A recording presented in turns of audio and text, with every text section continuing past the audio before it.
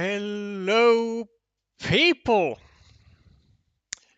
It has been a long time since the last time we were live, but we are finally live again.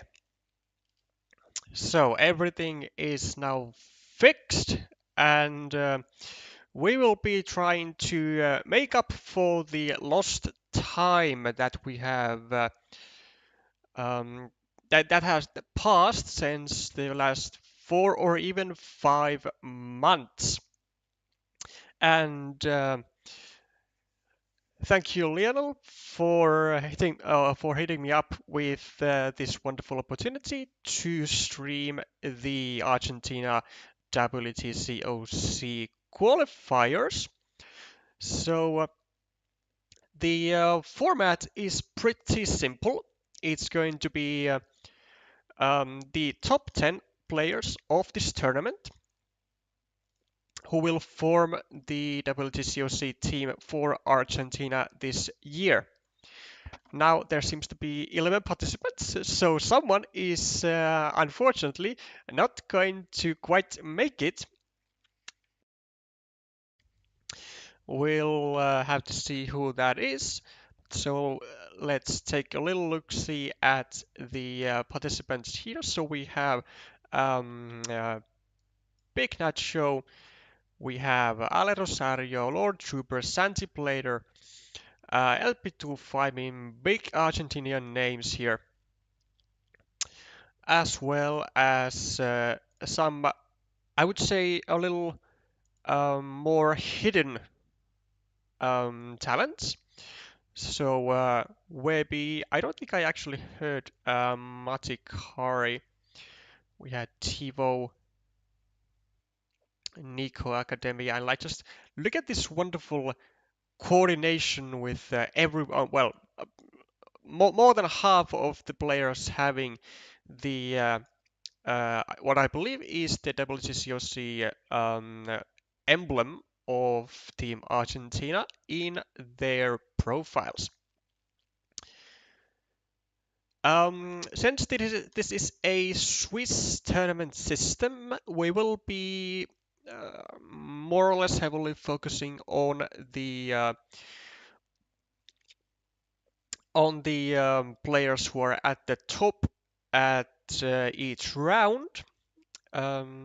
So it might be somewhat favorable for those who manage to get the early wins, since 11 players as Swiss system. Yeah, it's going to be it's very likely going to be someone getting featured multiple times. But if you do want to see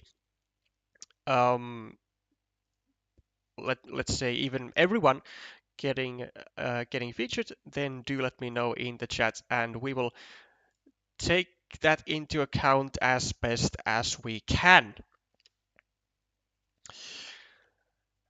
Hello, Utse, Sergey, and Lorena. Glad to see you honoring the stream with your presence.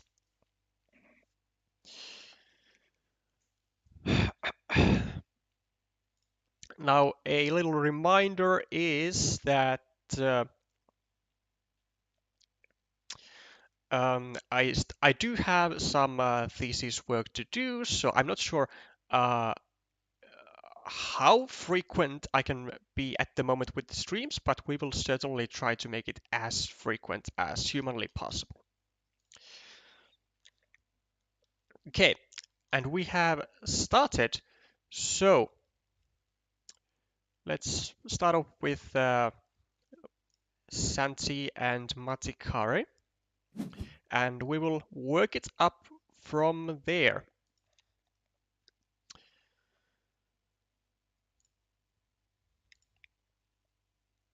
15 minutes for each player, as is the standard time. So these matches can take up to 30 minutes each, and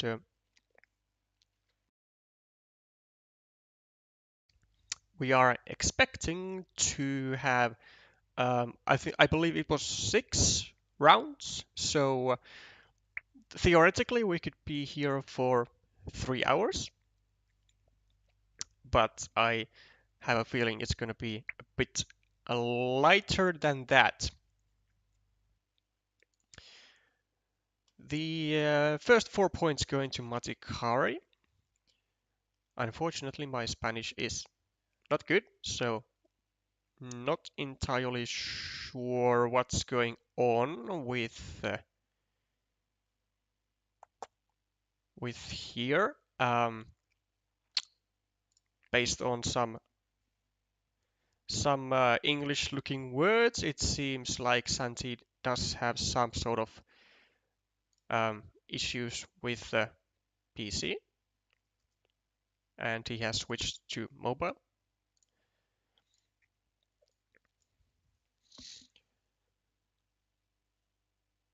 And if that is the case, I'm not. Actually, do let me know in the chat. Do we just wait patiently for Santi to actually start playing, or do we switch to a pairing who has actually started playing?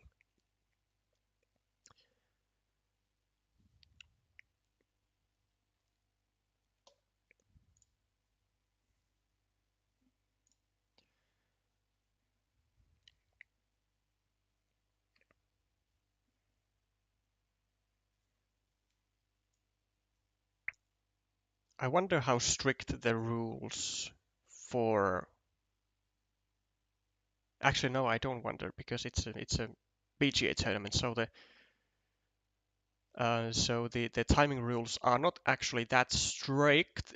Players can go over time, but then the tournament game will immediately be ceased. Let's say after I believe like half an hour total has passed, maybe a bit more than that.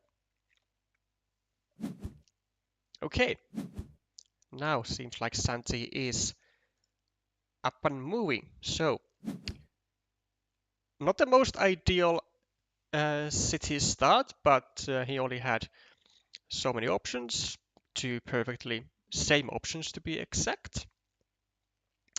And Matti, instead of starting a 2-point road, decides to create even more nuisance for Santi. But this doesn't come as neat as Matikari probably wants to, as all the spots to harass the city are covered with road positions. Does get the dagger limitation going though, so that's something. And also Santi now in a bit of a pickle really, because he can't really extend the city to the right anymore before he finds either a straight line or a road monastery on the spot. So he will likely be leaving SD cap up for grabs for Matti, which he immediately takes care of conveniently for him with one of the 3 remaining daggers that fit into this square. So now Santi with only 2 tiles remaining, and his chances of finishing the city have diminished a little bit more. I believe a blocking move is about to come, and it does, without a meeple, of course. And Santi does simply not care.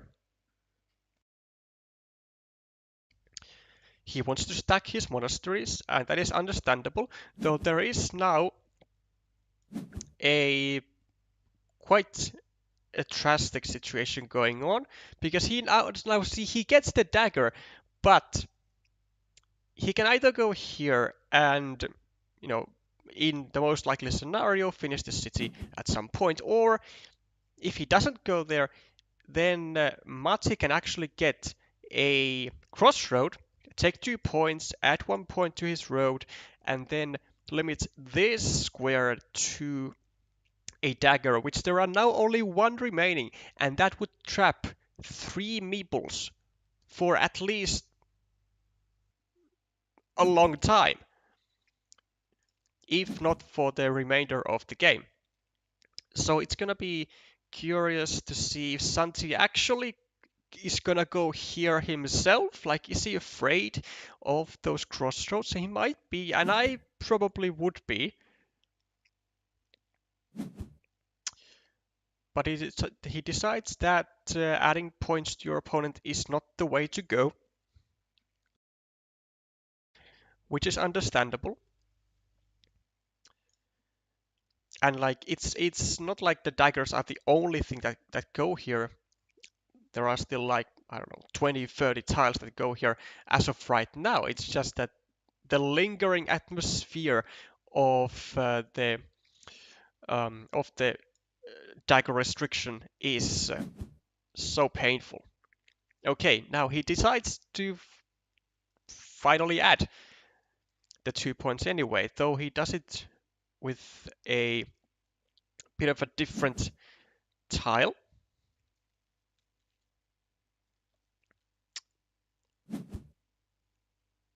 And he does get the save on it, so that did work out in the end.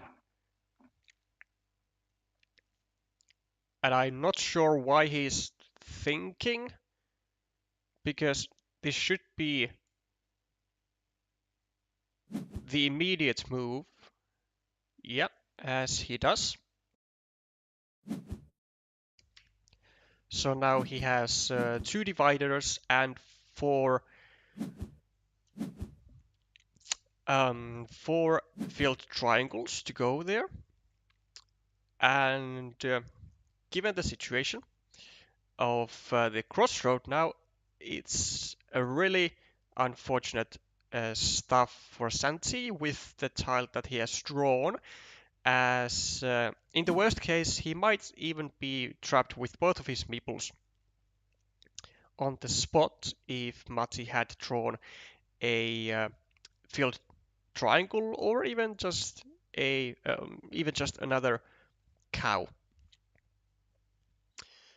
But Matti does what he kinda has to do and expands his city, which isn't looking like that juicy anymore, because now it needs 2 tiles instead of 1, and he will likely be creating an attacking spot on the city when he places anything here or here. Unless if he wants to do it with triangles and be like really patient. But the issue with that is that now that 2 of the daggers are gone, his city might easily get pointed to the left and limited to the one and only remaining dagger in the deck. So he has to be careful with it. Does get bailed out. Momentarily, as Matti adds the quad city to Santi and makes Santi's life very annoying, for he now has to think, does he cover up his city and prevent Matti from making any attacks on it, or does he simply take away this farmer? Not the farmer, but a 4-point city.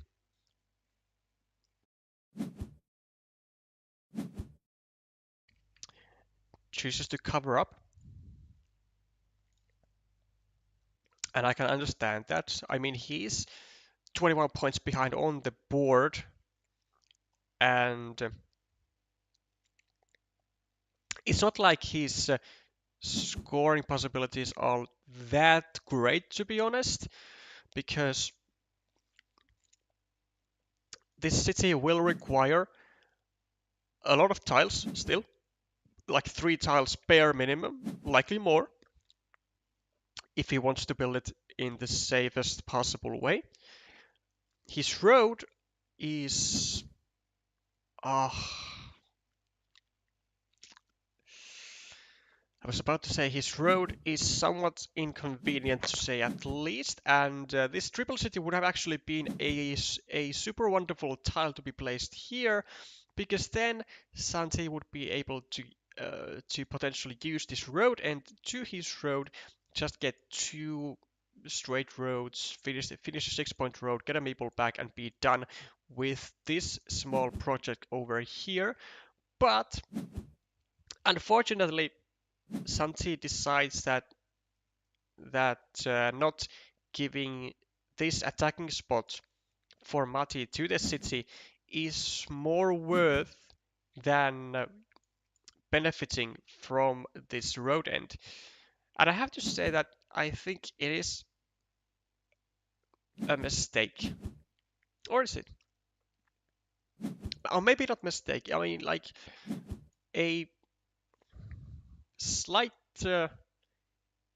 inconvenience, maybe, like at worst. Like it's not a mistake. It's just kind of a test of preference.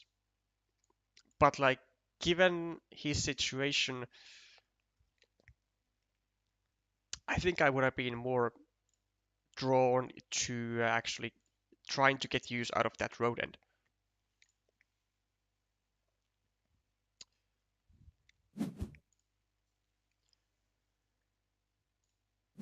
Which he now lays another triple city with a road spot to try and save both his meeple and his city.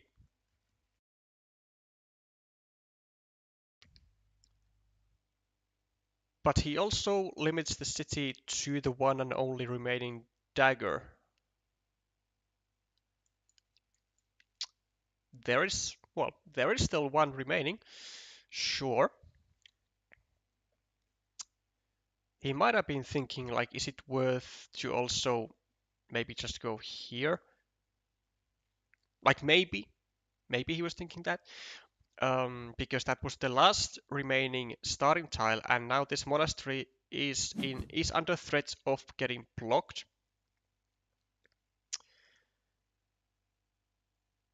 But his thought process probably was that he's not gonna go full out with the effort of trying to complete a huge city, and that would actually more than compensate for the point gap at the moment.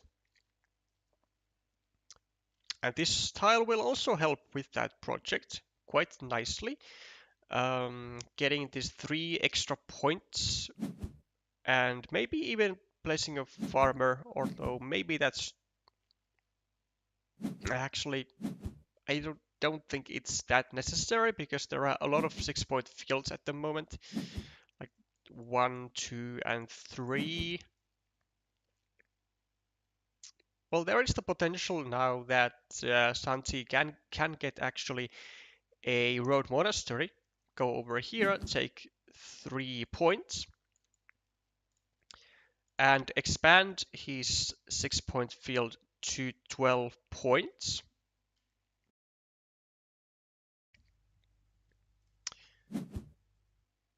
Mati, in the meanwhile, catches the final dagger, and with that, Santi's dreams of actually finishing the city have gone out the window. So this city will remain at 610, actually, well, 14 or even 16 points. So that's still quite a lot. For one meeple, that is. And his efforts with the field are also looking actually quite nice here. He has a lot of expansion room with actually to both of these fields, here with still the road monastery, and here with a curve taking a 4-point road in the process. Though Matti will be in a meeple advantage, and I would be very surprised if he does not start competing for the fields, and that is exactly what he does. Now Santi gonna go over here, finish the city. The question is, will he drop a farmer? And he does, and this is because he anticipates Matti finishing up his 12-point city with a vanilla. So with this type of tile over here, which there are still, I believe, 2 remaining in the deck. And thus Matti would not be able to drop a 9-point farmer at the same time, which would be more or less devastating for Santi. Not that Santi's position here is like amazing at the moment. Let's do a little point counting. So Matti is ahead 18 points on the board, or on the scoreboard, plus 23, plus 29, 36, 38, 35, 30, 24, 23, 20, 15. I mean, Matti is plus 9, plus 11 now, with a threat of invading this now 12-point field, and with chances of getting a meeple back from this city. So I would say Matti is definitely on the driver's seat, very much so. And Santi, with only 1 meeple, has to come up with something. Maybe it's not even a bad idea to go over here and drop another farmer.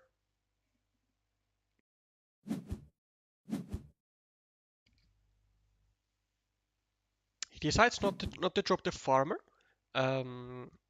likely exactly as an anticipation of actually knowing that there were still multiple tiles that will both connect the second farmer of Matti to the 15-point field, and at the same time block away the farmer of Santi. So he's going to be looking another route to connect to the field.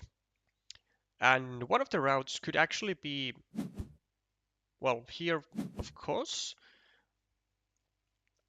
but also maybe one which also disallows Matti from scoring extra points. Like Santi could have gone over here, for example, and direct the curve like this, and then try to get his hands on the final remaining road monastery, at the same time scoring 3 points with it. But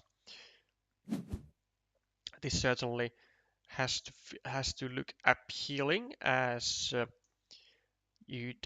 as Santi didn't have to rely only on one singular tile, but instead,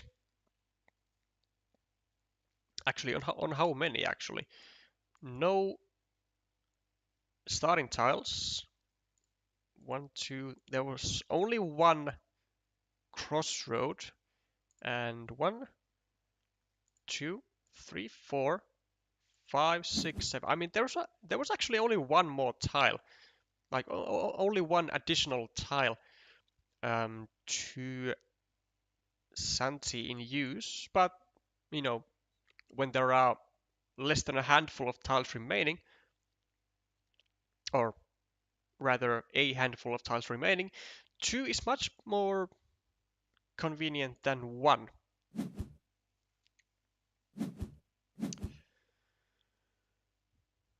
Maybe Big Nacho could be interesting. Yeah, we can take a look at that after this game is over. And if we don't get a look at that, then maybe then we can take a look at Webby or Big Nacho next up. Hello there, Larbattori. I guess you won't stream today's CCL match at 14:30 UTC, Tito Arce. I don't believe I will. I think it's going to be on its way before this tournament has reached its end. But no, never say no. Or never say never, rather. Okay, the Road Monastery still hasn't gone. Santi was about to try and do exactly that shenanigans with the Road Monastery going over here, taking 4 points and overrunning this field. And unfortunately for Santi, the Road Monastery is in Mati's hand, and Mati will be winning by a quarter pounder extra cheese worth of points.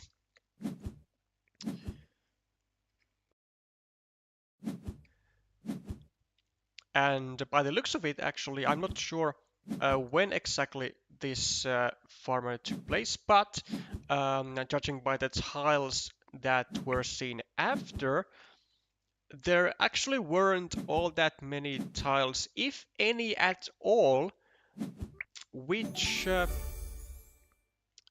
Mati could have drawn and not block this connection. So there was this triple city with a road which blocks.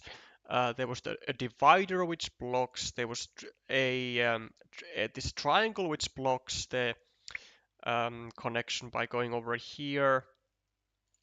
Like the chances of successful invasion with this meeple were pretty slim, I have to say, but it's the classic situation where you are so far behind that it doesn't really matter how slim the chances are, but you just want to take them because that's potentially the most points that you can score. So Matti takes the first hit in the duel. Let's take a look at Webby Big Nacho indeed.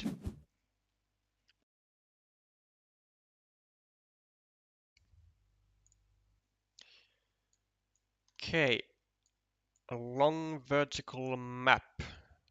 Very African looking form. +7 for Big Nacho, and we have what looks to be a field fight of some sort, though it actually looks to be more of a field fight for Big Nacho, not so much for Webby. There's 1 versus 2 on this field. This 6-point farmer is left alone to suffer. There actually still is a road monastery which can expand the field over here together with a blue farmer if for some reason Webby needs that to happen. Though I would say that it's more likely that a road monastery will be used on the final seconds or on the final tiles to make a field invasion. There's a second farmer of red coming from the bottom to the main field, though are there tiles to make that happen? There are 0 daggers, 1, 2, 3, 4, 5. Actually, no road Doritos So this connection to the field is not possible for this meeple.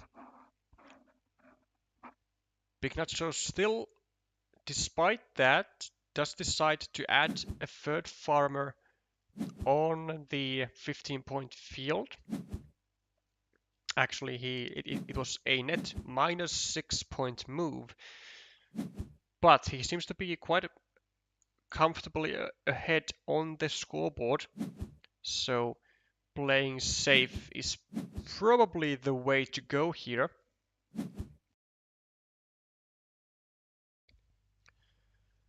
Webby likely gonna be going over here if I had to guess.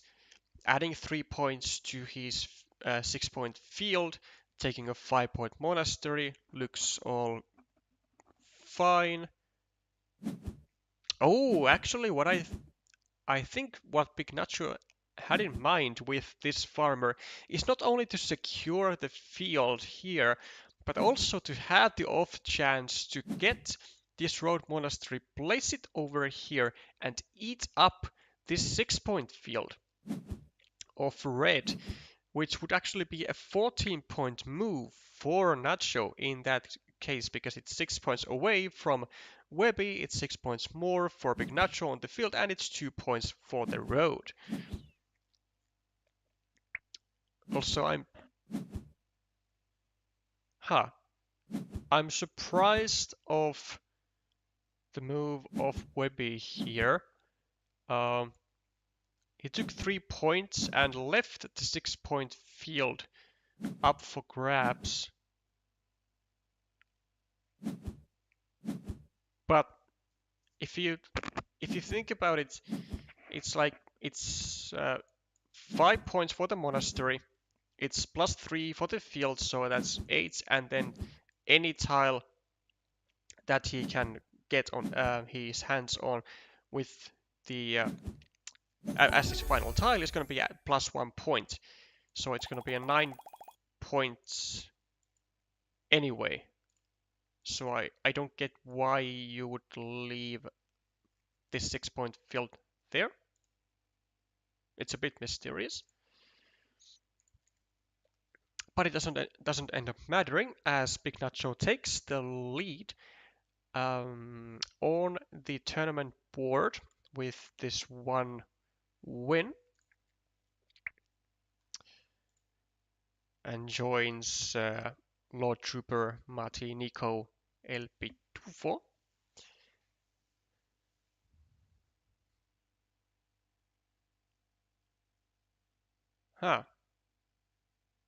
Wait. Why did they both get a point? Points 1, plate 1, and also for Big Nacho? Oh no, wait, he's got a buy or something. Oh yeah, okay, so Whippy got a buy. Okay, well that explains.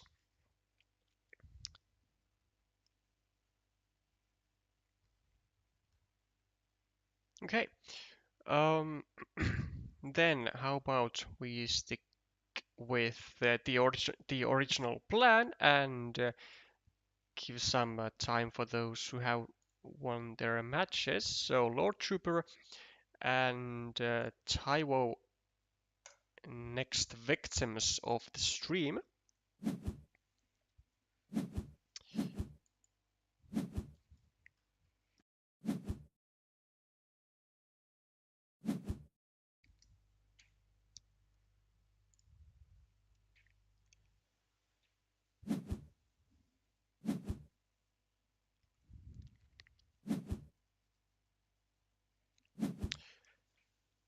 Welcome aboard Helge and Clovier.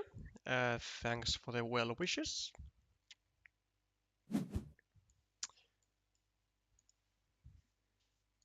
Okay, so a longest road for Lord. Taiwo with a small early lead in the on the scoreboard. There's a large city fight going on, or let's say a future large city fight. Lord, I think we will actually just simply go here, finish a 4-point city, start a new one, because he can wait for either this connection to be made or a city tile with a road and get a second meeple in from this route.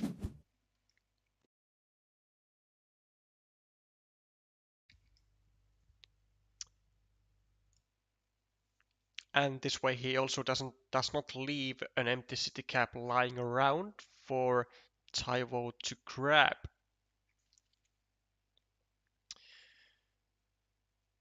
For Taiwo though, what do you do here? Yeah, I mean, starting a new city makes sense. Though I might have maybe started it over here just to be able to potentially start harassing the city of Lord.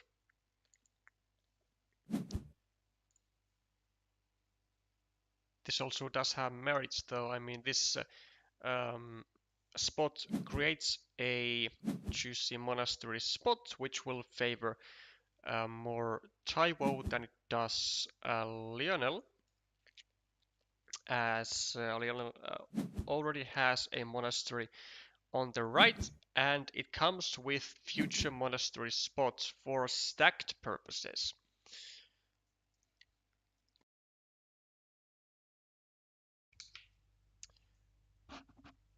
Lord finishing his city, but also actually kinda hurting his chances of now invading this city. So he will probably end up just trying to block it. Well, not with this tile, but with other tiles in the future, like a irregular curve, or maybe if he gets like a Dorito with a road, or a triple city with a road, he will still attack the city. Or I would argue that. But instead he just gets another crossroad and decides that trying to block the city is going to be good enough. The mystery intensifies. Does Lord get a blocking tile? He does not. And there are still 2 daggers that fit into this square. So this will be really annoying to deal with as Lord if he doesn't get a blocking tile, but he does get the blocking tile. And so now this is just going to be a 9-point advantage for Taiwo in a mini battle, which sucks up 2 meeples. But it can actually be not that great for Taiwo, as it seems like if this loop is finished, it's going to be like means to create a field. There's a 1 city over here, 1 about to come. There's 2 additional cities over here. There's a city over here. It might even be a 15-point field. Let's say a 12-point field. And if you control the 12-point field, you are going to be getting more points than Taiwo is getting from his 9-point ruin. So that's going to be a plan for Lord to come out as a winner from this, considering that the points on the scoreboard are pretty much dead even.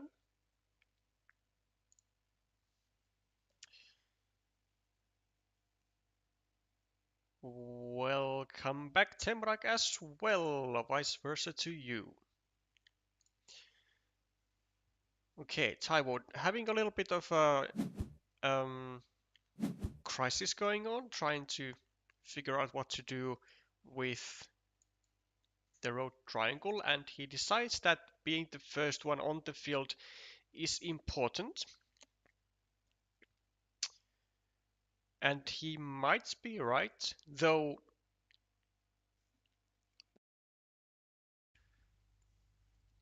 I'm not that convinced that playing for the field for him is gonna be the way to go, because he will be in a meeple disadvantage, like I said.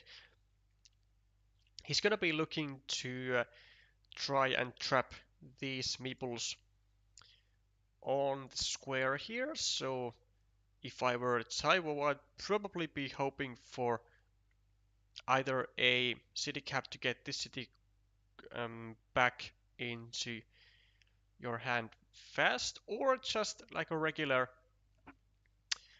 um, straight road, maybe a cow, like something to put here which will annoy Lord a lot. And Lord also having a crisis of his own, trying to decide what to do with this city, and he decides that just getting the 2 points is worth it. And he was just checking,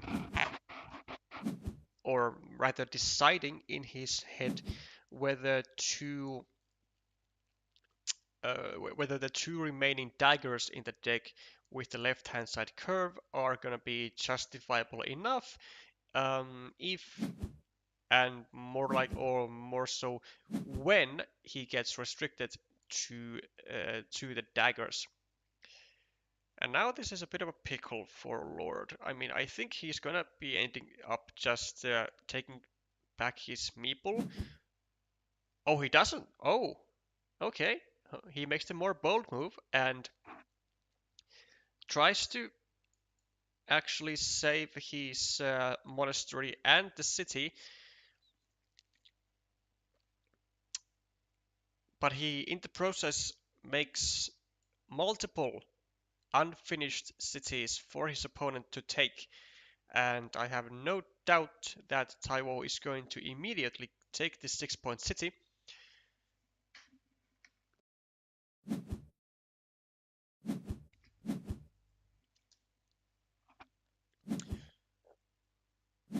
Also, the straight road which Taiwo placed here was incredibly annoying for Lord to deal with, as it not only created the platform to block these guys, but also created the platform to block this guy, and he does exactly that. He blocks 3 meeples of Lord, and it's now looking actually really, really bad for Leonin here. He has 3 meeples trapped, although for 18 points, but still 3 meeples. I mean, 6 points per meeple with 23 tiles remaining. It's not really that great, let's be honest. It's not really that great. Also, this now means that he will likely have no resources on fighting for the field, although this field is only worth 3 points. But it will grow to some extent. 6 points probably for this, and maybe a monastery goes here. It's going to expand this field to 9 points. And then suddenly this the field is looking like attackable, but only on the late stage of the game. He can't really risk attacking a 9-point field with 2 meeples at this early stage.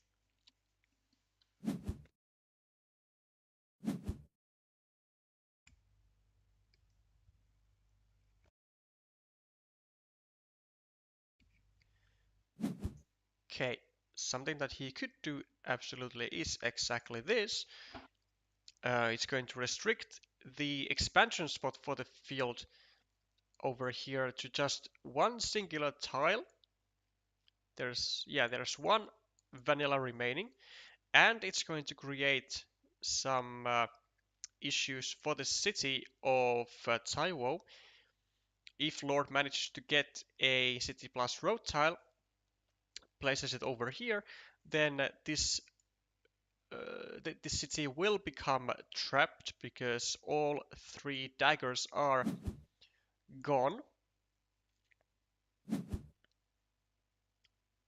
Huh. I mean, actually, this looks to work quite fine. There are no vanillas and there are no dividers that go over here. Are there 1, 2, 3, 4? There's actually only one single tile that now goes on this spot and allows a potential completion of Taiwo's city. What's actually more important, or maybe not more important, but what is actually even more beneficial with this potential block for Lord is that he did it with the 1 remaining vanilla. So now this field is not going to expand any further on the left via the vanilla, and it's going to be actually staying in just 3 points. And what? Ah, Lord. Now I have to question this move. Lionel decides to drop a 3-point farmer with 1 extra city cap on the field when he has 2 meeples and there's 15 tiles remaining. And like, why do you not just take a city for 3 points instead? I mean, was he hallucinating that this field covered these cities as well? Because it doesn't. It might look like it momentarily because of this monastery, but like this field does not reach the southern side. It's not really a good field. That's very interesting decision indeed. Let's see if we can justify that. So there is an 8-point lead on the scoreboard for Lord. 16, 18, 21. This is equal. This is 27. This is 22, 20, 16, 13, 10. Okay, so Lord is now plus 10. But at the time of this, he was only like plus 3. So why would you use a meeple on a 3-point field? I don't know, man. Like he could take the field for himself at any point when this city is completed. I really don't get this move. But like I said, the fact is that Lord is ahead by a handful of points. And his situation is looking pretty good. He also draws the one and only tile that fits into the square for Taiwo, so this means that the city of Taiwo is now officially blocked. Now what Lord is gonna do with this tile is probably, once he settles with the technical difficulties, I think he's gonna go over here and he's going to be shutting down this city cap. which is exactly what he does. That just might have prevented, or that just did prevent a potential 7-point move for Taiwo.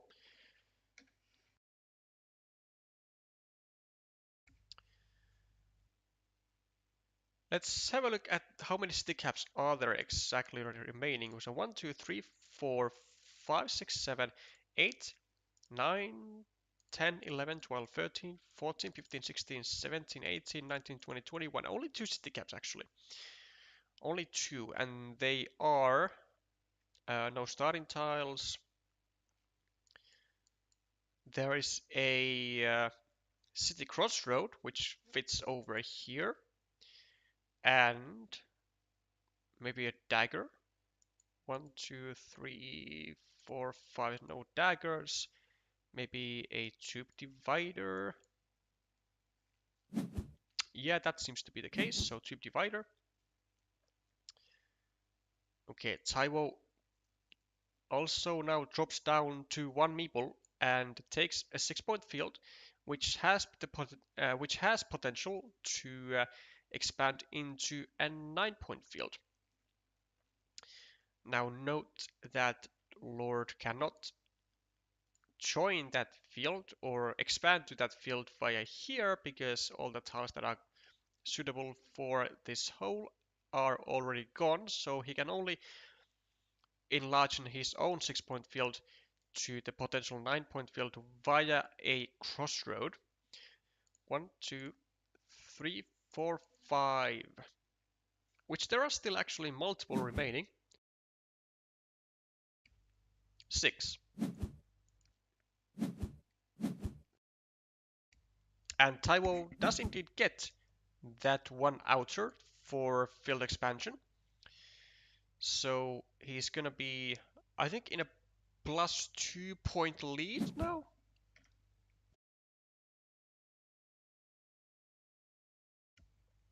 Which is kind of a lot when you think about it.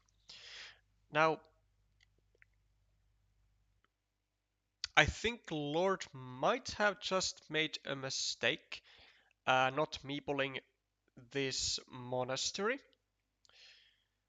Because it's going to be 6 points. It's going to put him at like plus 4 if my point counting is right, which it might very well not be. And then he can get 1-pointers here, 1-pointers there, get a crossroad here for added extra 3 points. And I mean, that looks to be a way to win the game for Lord. Because, like, where else are you even going to use this meeple on? Like, the only spot where he can really use it is if he, like, tries to save it for the extra 2 points for this connection, or if he goes, for example, over here and then maybe with a straight road connects to the 9-point field. Which brings us the question, what tiles are remaining? Can he go over here and connect to the 9-point field? 1, 2, 3, 4, 5, 6, 7. There is one straight road, and of course the crossroad. 1, 2, 3, 4, 5, 6, 7, 8. There is one curve if he decides to do that.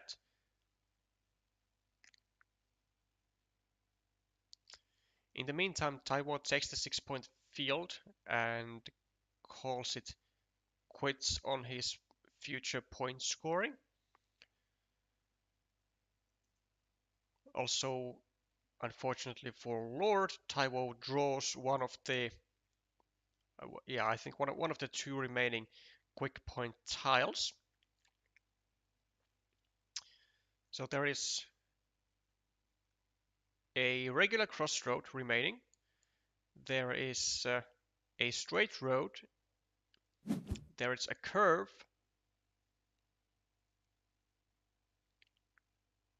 Okay.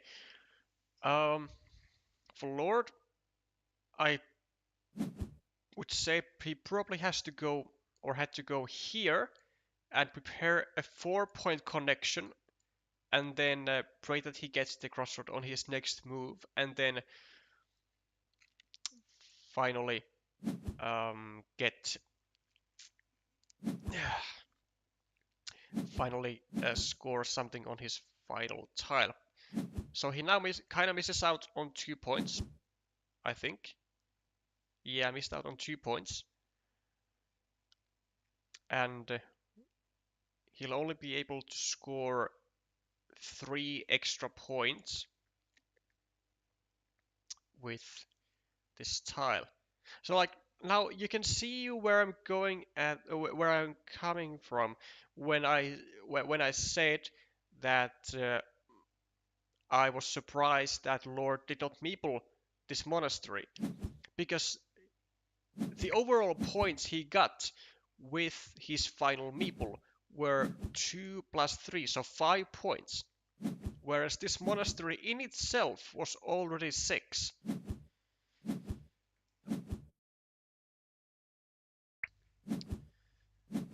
And there were only like 1 or 2 quick point tiles remaining anyway. So let's see what the final count is. Does the meeple unusage become tragic? It does not. Lyle still wins by 4 points. But then if he didn't need the points, then why did he not just like meeple the field or meeple the monastery at the time? Because clearly he didn't even need to draw the quick point tiles, like all quick point tiles to win. He just needed to draw this crossroad, which was 3 points in itself, even without a meeple. Yeah, I still have to say that not meepling stuff or like anything here was a mistake.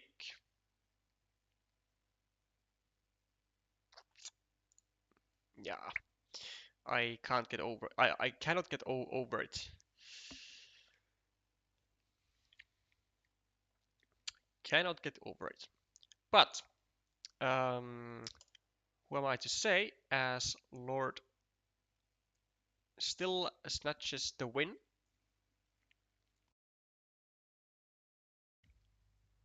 And the second round has finished. 2 out of 2 for Big Nacho, Lionel, and Matti Kari.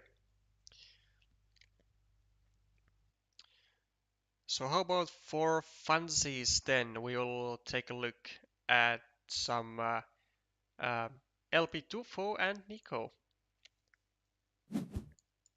Whilst we still have the chance.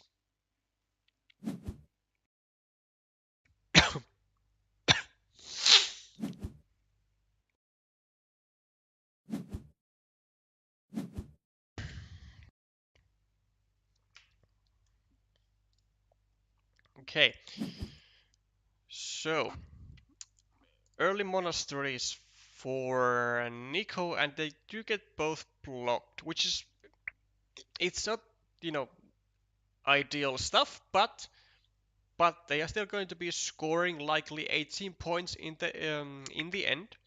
So worse things have happened.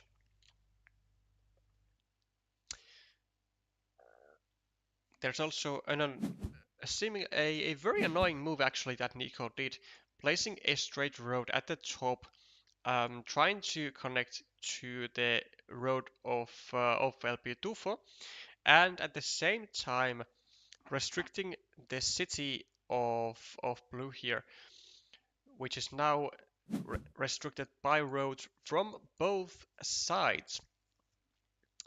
And it's going to be painful if and only if this connection is successful. If it gets restricted to a crossroad, then Nico will be having a lot of issues, I reckon, because then he has to deal with this situation over here, where Pitufo can just expand on the right, and Nico might not be able to do much at all.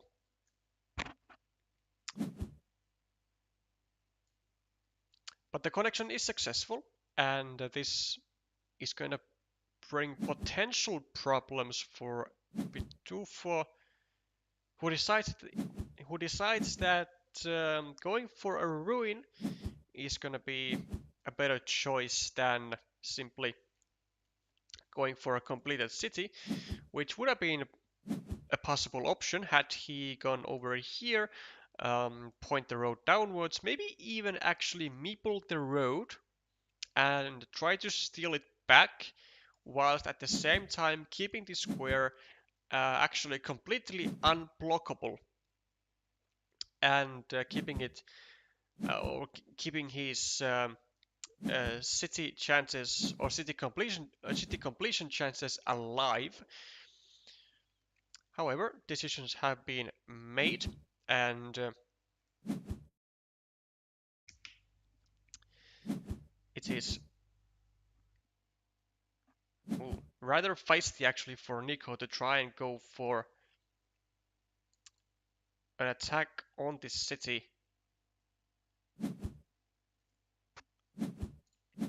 which was in a really precarious situation already, I would say. But he does get bailed out, and Pitufo will not be risking another attack on the city, for there is only one triple city with the road remaining.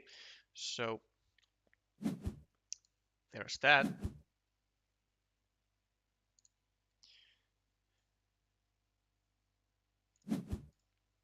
And for Pitufo, it's not going to be worth it to invest meeples on a 50-50 project, which might or might not work when he has the meeple advantage, and he can and likely he will be the one who is going to be controlling fields. Though Nico says that he wants to be on the field first. However, I don't see this field fight going well for Nico, because when you look at the meeple count, Blue has 4 meeples, and they can get a meeple back easily from this monastery and this monastery, whereas Nico has 1 meeple basically trapped with this guy, a second meeple trapped on the monastery, a third meeple trapped in the monastery. He can get this city meeple back, and potentially this monastery, but like he's still going to be in a meeple disadvantage, and usually when there's a field fight, who is going to win that field fight?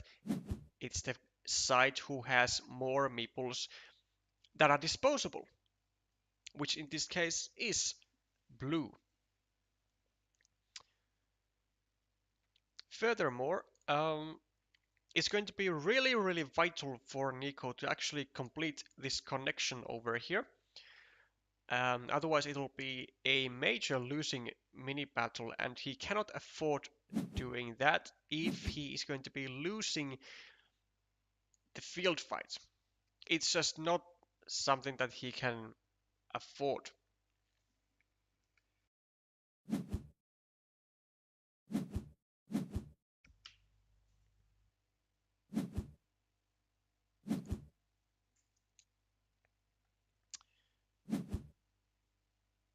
P2 going for the road and getting a maple out from the monastery. Didn't want to take his chances on just waiting out this one curve before trying to get his meeple out from the monastery. and still doesn't want to seemingly do that. Instead, he just adds more forces on the field. It is now 2 versus 0 on the field as of right now, but it's going to change very likely to 2 versus 2. And I wonder, is Pitufo just going to accept the that this monastery will be dead? And it seems that like he is going to accept that,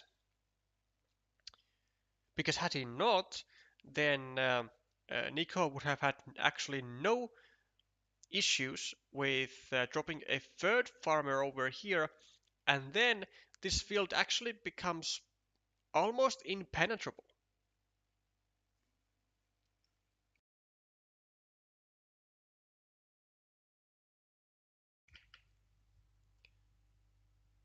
I'm saying almost because that is exactly what it is. It's almost. There's actually still only there's actually still even more field attacking platforms, and Pitufo is going to use them. But is this actually good? Because what if Nico just goes here? Well, surely now Pitufo is gonna go here, even though it still holds the same issue as before. Though Nico doesn't get a tile to attack with, so that's nice. Now Pitufo does, but he still actually hasn't connected on the field with a single farmer. It's going to take at least 3 tiles to connect this, and then this, and then this. And he very much would like to place a 4th farmer here already. Let's see, 1, 2, 3, 4, 5, 6. There are still 2 straight roads remaining. Yeah, 2 straight roads. Honestly, as Pitufo, I think we still have to go here, like right now. Yeah, to prevent Nico from going over there.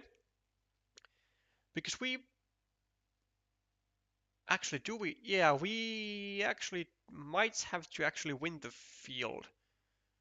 Because we are minus 5, 13, 21, 13. If we get this, we are going to be 1, 2, 3, 4, 5, 6, minus 7, minus 1. And then we get this, we equalize this. Yeah, we do have to get this and equalize, at least equalize the field. But based on the positions of the blue farmers, I think that is likely to happen.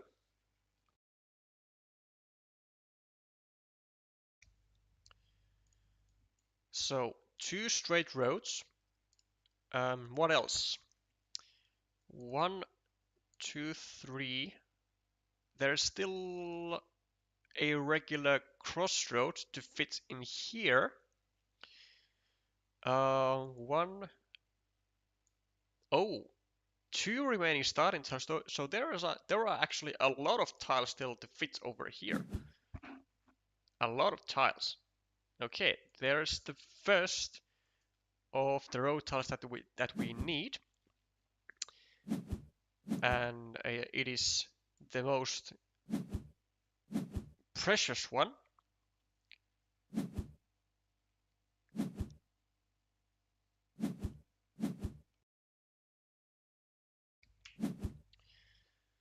There's a second one. Now we have to think which farmer exactly do we Do we connect?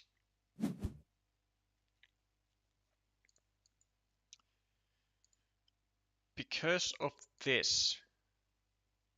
Like if we connect this farmer, it doesn't give out too many attacking possibilities or like future attacking possibilities to the field. Okay, but we do actually get all four, which I have to say I don't think I expected to see all four farmers connecting, even though they were like in positions that they were rather easy to connect. So Nico will have to dig deep and actually he doesn't even need to dig deep. He's already lost. He's lost. It's an 8-point difference. This monastery cancelled out this. This brings him even. Nico needs one more meeple to the field, and any point that Pitufo takes with his final meeple and final tile will bring him the win, even if Nico connects to the field. So there is absolutely nothing that Nico can do anymore, other than hope that he connects actually. There is absolutely nothing that Nico can do, because even if Nico um, connects with the fourth farmer and Pitufo takes 0 points on his final meeple and final tile, Pitufo still wins due to the draw rule. So yeah, this is kind of demoralizing maybe. Like Pitufo can actually go fuck all. I don't even place a meeple anywhere, and he still wins. Even in the worst scenario for him, he cannot lose this game. It's it's physically and mathematically impossible for Pitufo to lose this game.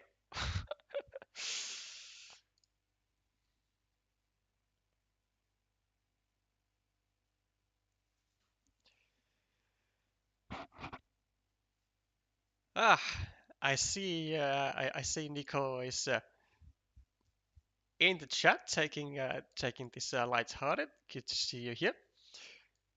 So, Pitufo, does he do extra disrespect and places his meeple nowhere, or does he just take 5 points here or here? I'm reminding you again, it is it is entirely impossible for Pitufo to lose this game. Yeah, and seemingly Nico didn't actually even have connecting tiles to get to the field in the first place anymore.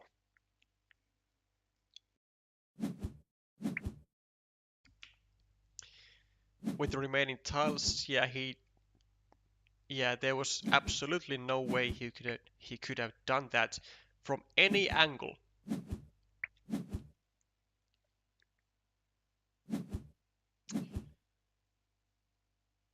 So the block of these two monasteries like really paid off for Pitufo, and I remember saying I remember saying something in the beginning when we saw these blocked monasteries that whilst Nico was the first one on the field a bit later on, the side with the meeple majority is always having an advantage in a field fight, and it happened again. Pitufo was able to really spam meeples on the field from west side, from northeast, south, and west, and even from the northeast, and like just connect them all one by one with the help of all the road ties that were in the deck, and leave Nico with absolutely nothing.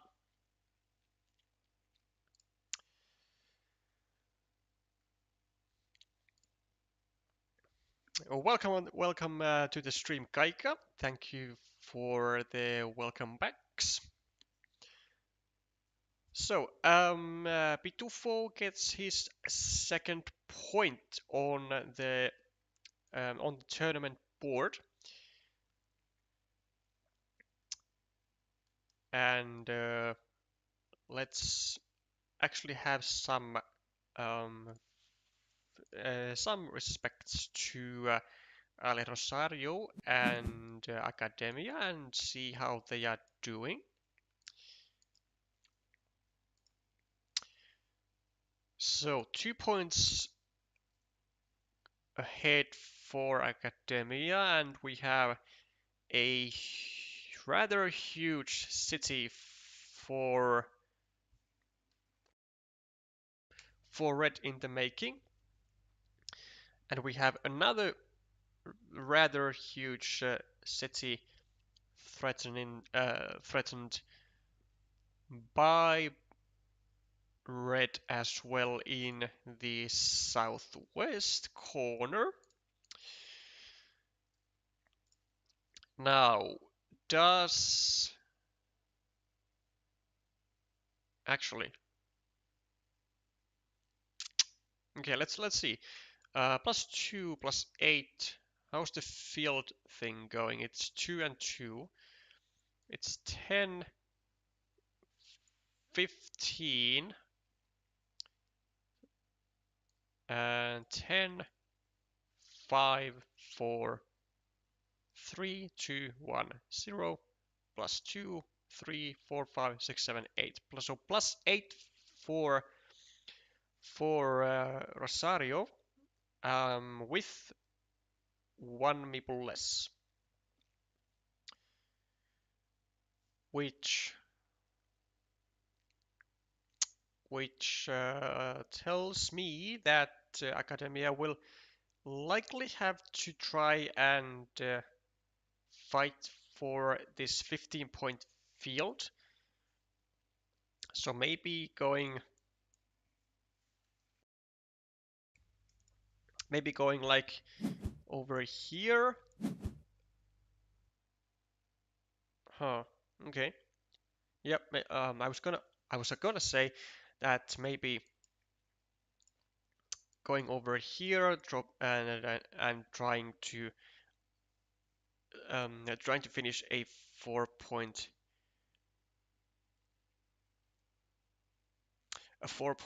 city was gonna be good, but then I just now actually realized that it was not Academia's turn. So he's gonna do something. Is this ever a good option? Attacks the road, leaves a 3-point road now that Rosario doesn't have any meeples in his hand.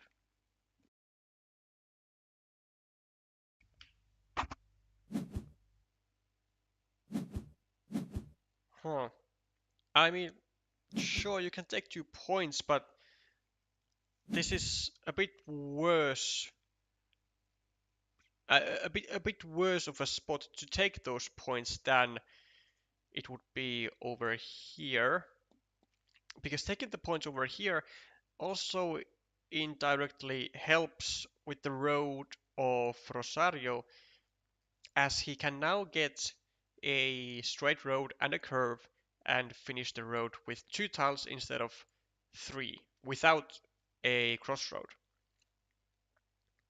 or another road end for that matter, if there are any, and there are actually not. 1, 2, 3, 4, 5, 6. So 2 crossroads still remaining. Do we go for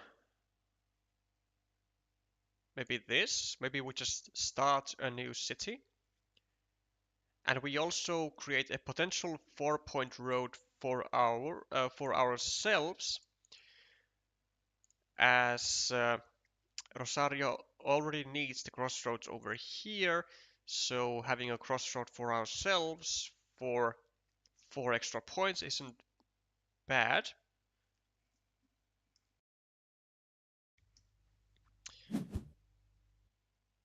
Instead, Academia starts a new city and he does it on the field. So he is trying to fight for the field indeed. Let's see just how many city caps there are. So 1, 2, 3, 4, 5, 6, 7, 8, 9, 10, 11, 12, 13, 14, 15, 16, 17, 18, 19, 20. So still 3 city caps. But since Academia is not getting a city cap right now, if he does not continue his city and hope to get an unrestricted city cap chance on his very next move, he's gonna have to use all his remaining tiles at the bottom here. First by getting a city cap and then getting back-to-back tiles to actually connect to the field. Which is likely going to be very, very troublesome. Rosario gets his city completed, takes one of the 3 remaining city caps for himself. Let's try and see what other tiles there are than 2 city caps. 1, 2, 3, 4, 5, 6, 7, 8. No triple cities. Academia does not get a city cap, which means that if he wants to still fight for this field, he is gonna have to go on this side or on this side and create the connection possibility on the field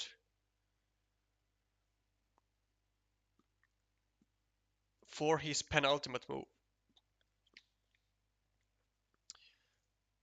And for that, he would need to take his time and really count what are the exact tiles in the deck. Is this even possible to be made without Rosario doing anything to it? And I actually don't believe it is. Oh! Wait. Is this a genius move? Oh my god, it is a genius move. Wow. Wow, wow. That is, that is, oh, that is brilliant. That is so brilliant. And Rosario does not get even a chance to block it because there is still a starting tile remaining. Oh, this is fabulous.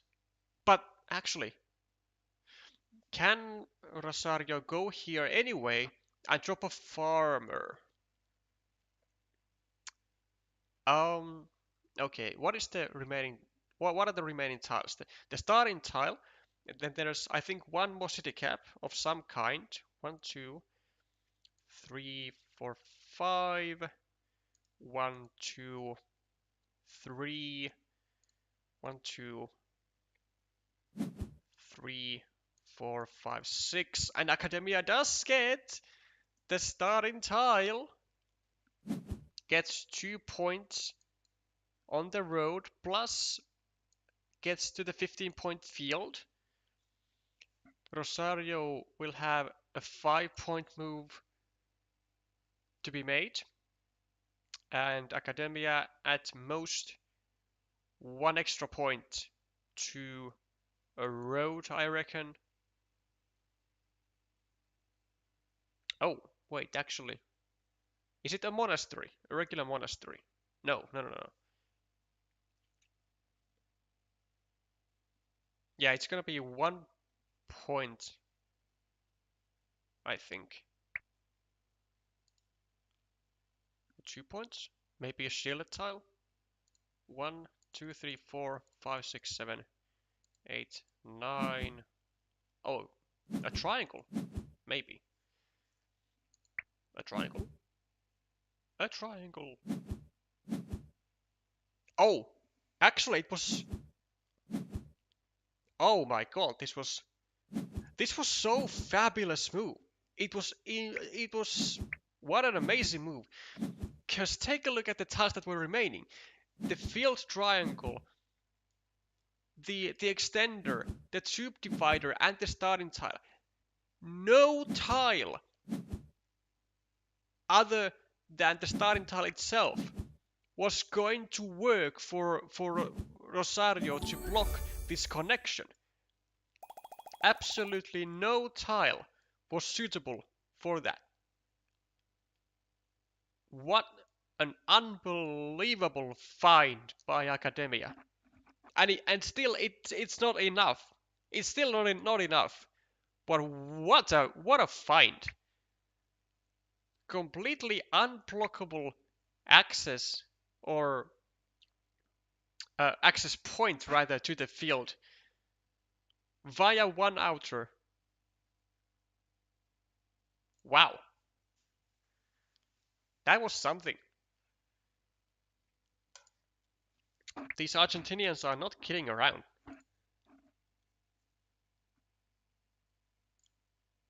That was great. Unfortunately, no reward was given for that.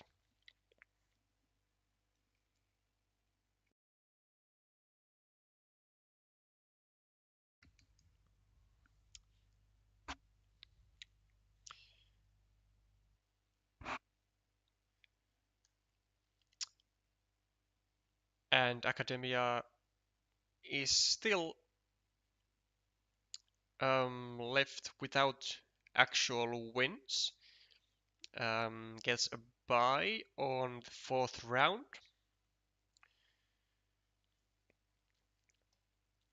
Okay, so Big Nacho at the top with 3 wins out of 3 games, followed by Lionel and Matikari.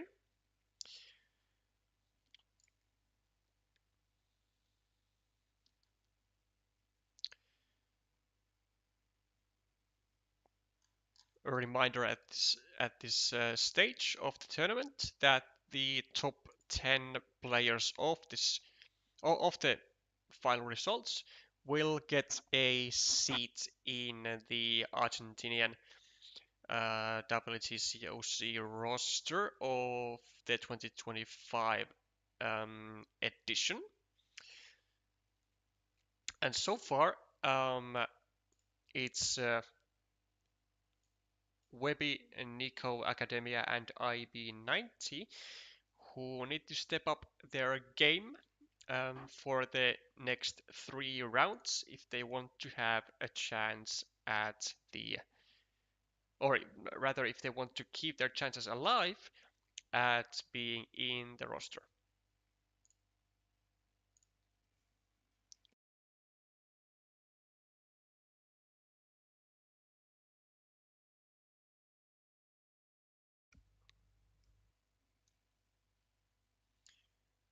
So the next match that we'll be taking a look at, I'd say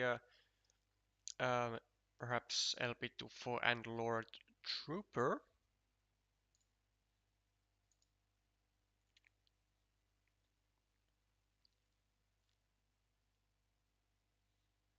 Oh, is this actually... Game starts in 35 minutes. This is... Is there like an actual... Hold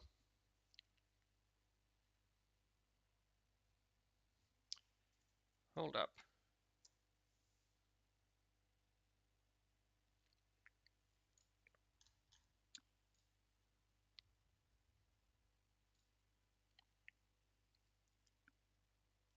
I didn't know there is like a pause function in BGA Swiss system tournaments.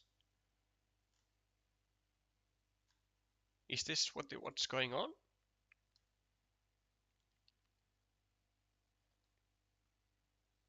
Because it says game starts in 34 minutes. So I mean, like it has to be a break within the tournament. Huh. Okay. Interesting.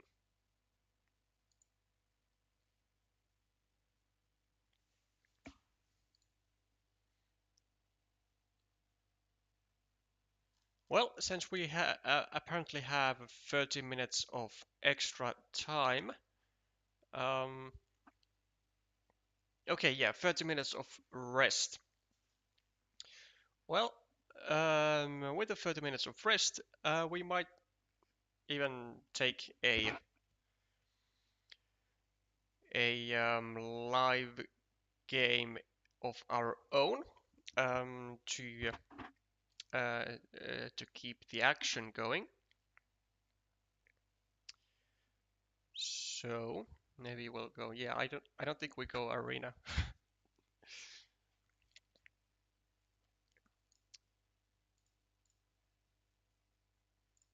If someone in the chat wants to wants to play against me, then right now, then we do have a chance to do that. Otherwise, I will be just taking a game with any player that happens to be present in the Carcassonne lobby at the moment. But do yell out in the chat if you want to to be either the victim or make me a victim of Carcassonne abuse whilst we take the break for the tournament.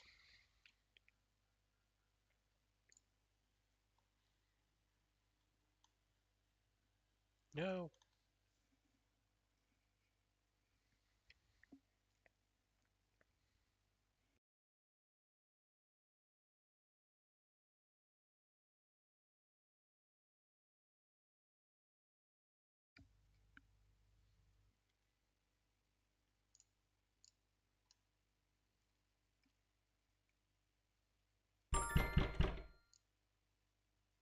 Yep.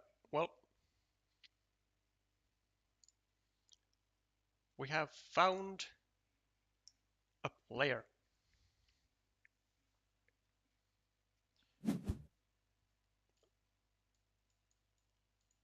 I should do more live matches maybe.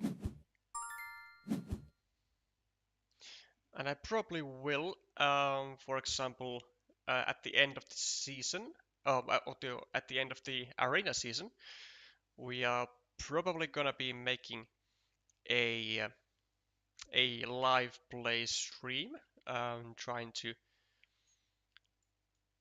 get our hands on the on the number one spot for the second time in a row.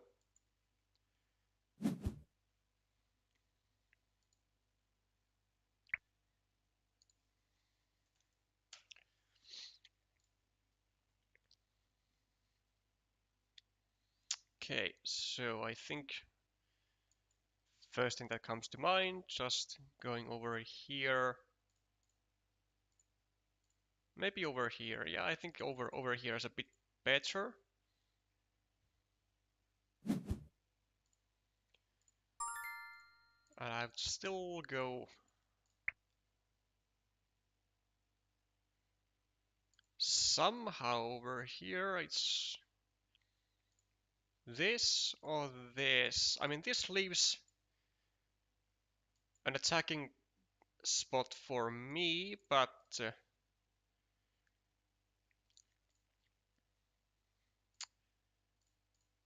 yeah, I think we just go over here though.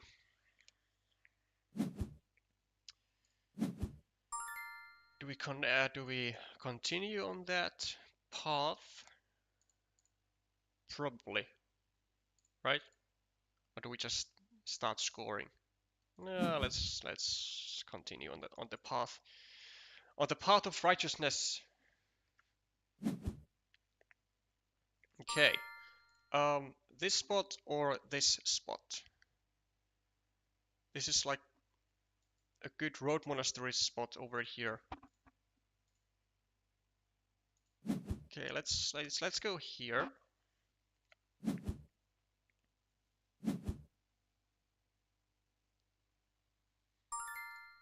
This is also not that great. Do we meeple this road? Uh, I think we kind of have to meeple this road. Actually, I don't. Because, like, we are going to be benefiting from the road anyway if Ether takes it. I think it's fine.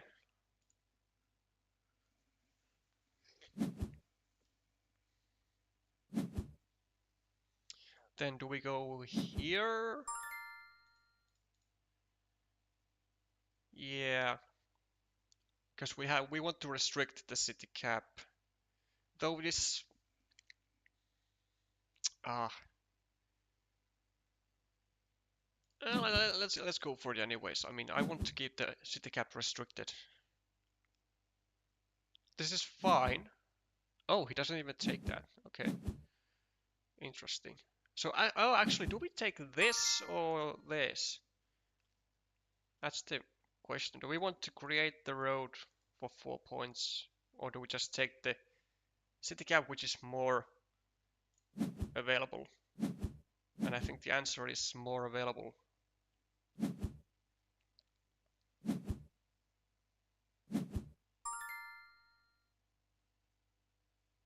All city crossroads are also now gone, so if we go here and take the road, we would be getting blocked very, very soon, which is not ideal.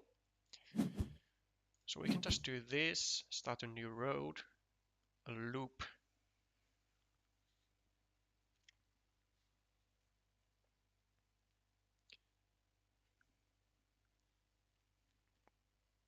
It's a very interesting decision by Ether to actually go on the field. I wish I would be getting like a straight road or something. So we could be placing it over here and like limit this this field by a lot immediately. But I also don't want to be wanting to do this really, because then it's gonna be easy for Ether to get a use out of a straight road. I'm gonna let him expand on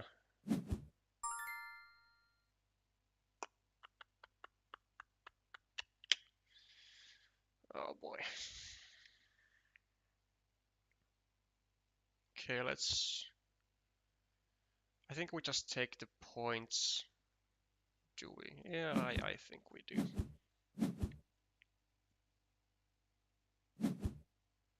Yeah, like as much as I hate this, it's... Oh, another one. Okay. Yeah, I mean, this is totally fine. This is fine. Um, we'll do this actually. Yeah. Although it's gonna be okay. Wow. Oh, yeah. This is more than fine. Because now Ether just blocked his chances of going here with the road monastery and expanding the field. This is super, super fine. Yeah. This is great for us. And now, do we go here? I think we go here. And yeah, we don't do stuff like this because it doesn't really help us. We go here and we enjoy life.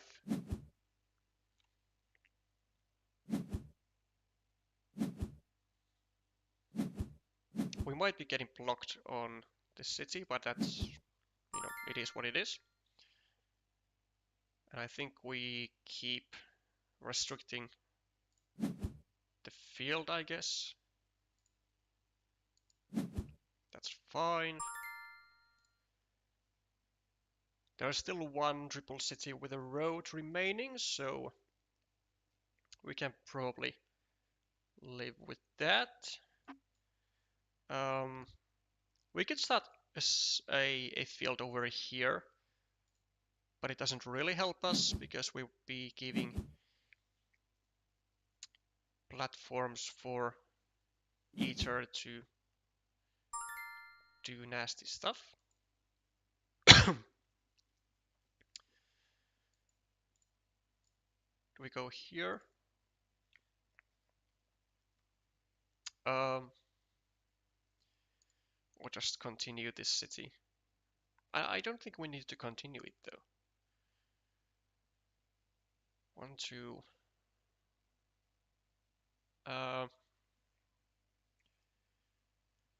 Do we just take the field outright?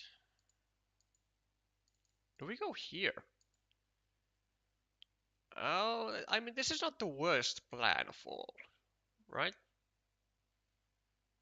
We keep this one safe.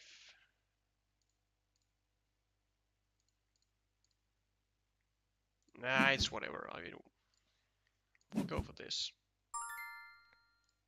Okay, that's fine. We don't need to use resources to keep the city alive.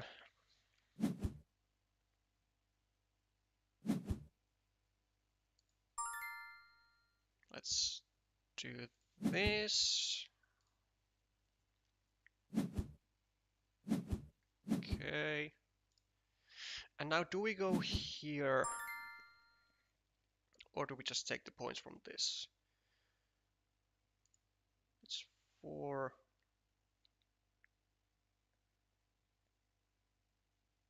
1, 2, 3, 4, 5, 6, 7, 8, 9, 10, 11, 12, 13, 14, 15. I mean, 8 city caps, but a lot of city caps with road have already gone, so.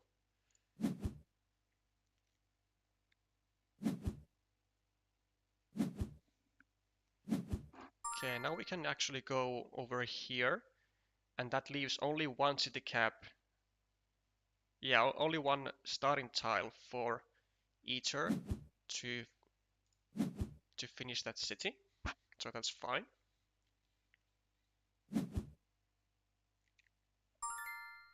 Okay, then we go over here and we take a field of our own.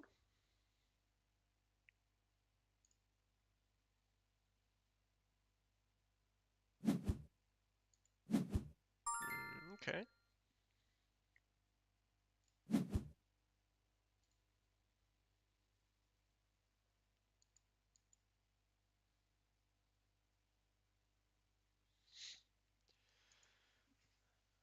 +4 equal +10 +13 6 8 3. I mean, we are -9 for a meeple, so it's not like we are in the best position ever. Do we go here? I mean, it's a 6-point monastery, but it does leave us vulnerable to like a straight road.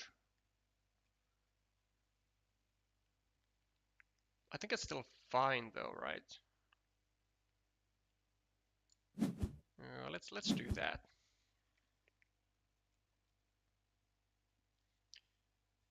Still 1 monastery remaining, and it's a road monastery.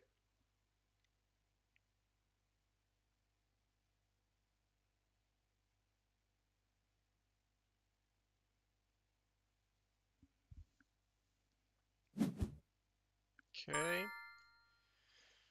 We probably go here now. We could go... no, this doesn't help. Be here. Here. This leaves the monastery spot, but he has another one here as well, so... Probably just this, right?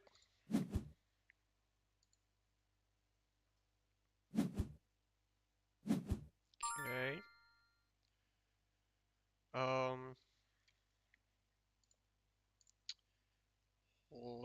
Do we do this? It's 1, 2, 3. No, it doesn't really help us. I guess we can do... I don't know, can we expand our field somehow? Uh, there's not really much. There's not really we can do much at all here. Let's go. Let's go here, I guess, to give some expansion for. Okay. And now do we do this or just this?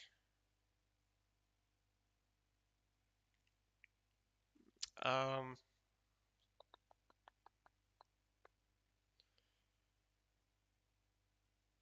okay, let's go for that because we are behind.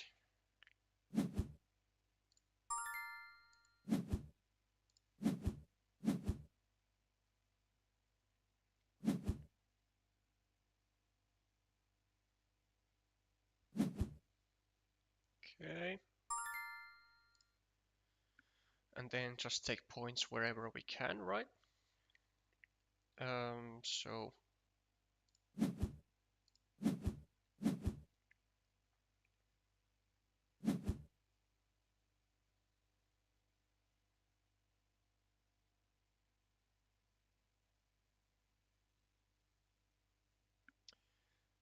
still, yeah, still that one dagger remaining, which now goes over here.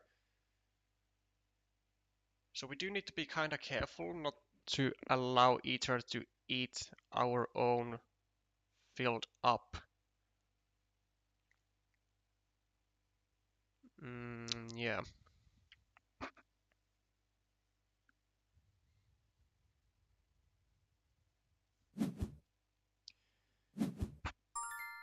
Okay. Now, like, we could go theoretically here, I guess, to prevent that dagger possibility. But what's the score? It's like +1, +8, +11, 4. So like we are at -8. So like we can't really do stuff like that, can we? I don't think we can. We could go... Ah, man. It's really annoying. Actually, I think we can. Yeah, let's go here anyway.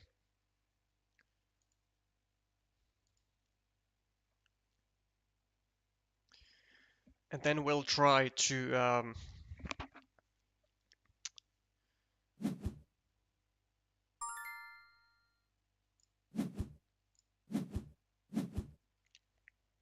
we'll try to maybe block this farmer off.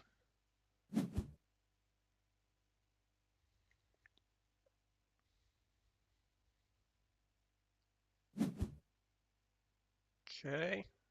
Well, now we can block that farmer off. So 1, 2, and 3. 1, 2, 3, 4, 5, 6, 7. So how many city caps are there now? 1, 2, 3, 4, 5, 6, 7, 8, 9, 10, 11, 12, 13, 14, 15, 16, 17, 18, 19, 20, 21, 22. Only one city cap, so I think we can go here. And we can take the road. And we also get the city cap, so that's nice.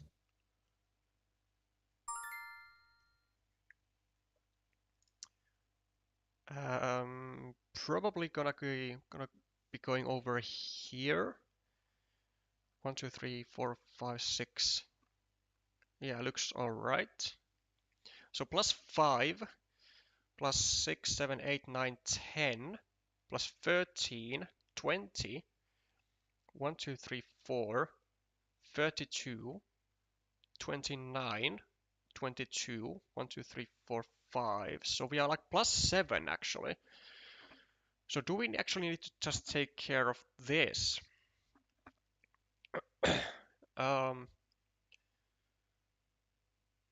1, 2, 3, 4, 5, 6, 7. So two curves. 1, 2, 3, 4, 5, 6, 7. Like one regular straight road.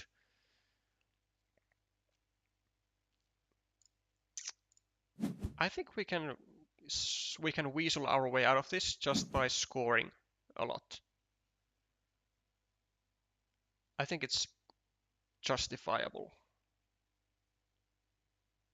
So that's the final remaining straight road. Now if he goes over here and drops a farmer, we can just do this. Oh, actually we can't really. Oh, well, I mean that's fine. Yeah, that's totally fine. So now there is road monastery and two curves. So we can, I guess, definitely do this. Yeah, I think we can do this because he only has 2 tiles remaining. So he's gonna get an 8-point move here, but I don't think it's gonna be enough.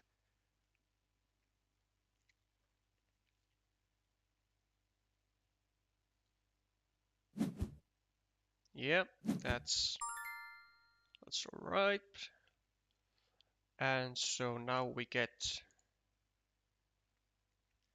to do this. And we create a 6-point monastery spot for ours. Actually, never mind. That doesn't play a factor. But we get a 3-point stuff going actually. So what's the remaining tile? So the road monastery, and then there's something else. No city caps. 1, 2, 3, 4, 5, 6, 7. 1, 2, 3, 4, 5, 6. Oh, well, that's just easy then. It's triple city with a road. Okay. So if we go here, we can get more value out of the triple city because we assume that the road monastery is going for ether. And so we just do this and we get the 5-pointer, which actually didn't even matter because a 5-pointer was here also. Well, but it is what it is. So for style points we do this.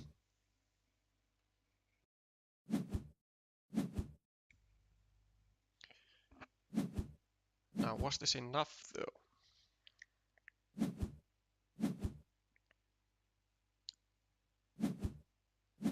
90. I mean, I think this should be enough. It might be close.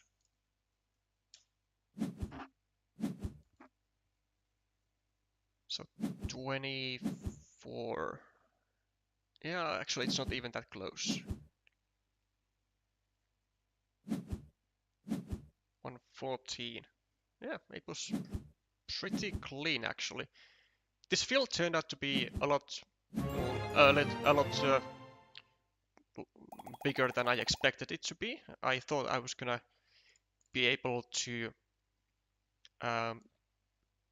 control the size of it better than I actually could, but I think Ether did some sizable mistakes here, particularly with this triangle here, and which prevented him from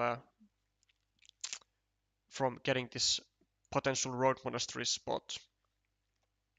which I think would have been crucial, like just getting even more value out of this to red farmers. But yeah.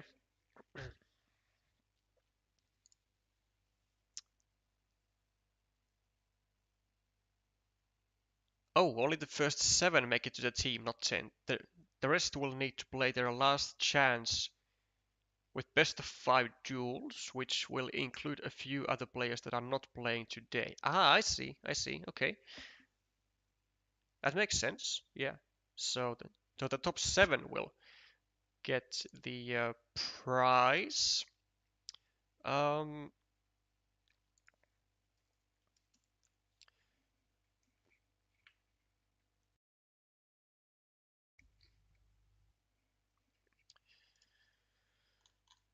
so let's see the top 7 then at the moment. It's Big Nacho, Lord Trooper, Matikari, Sok, Taiwo, Pitufo, Santiflator, and Ale Rosario. And then, I mean, what I said earlier does kind of still it is still valid, kind of, because I said that Webby, Nico, Academia, and IB need to step up their game for the remainder of the Swiss tournament. They still have 3 games to try and climb the tournament ranks up to the rank 7.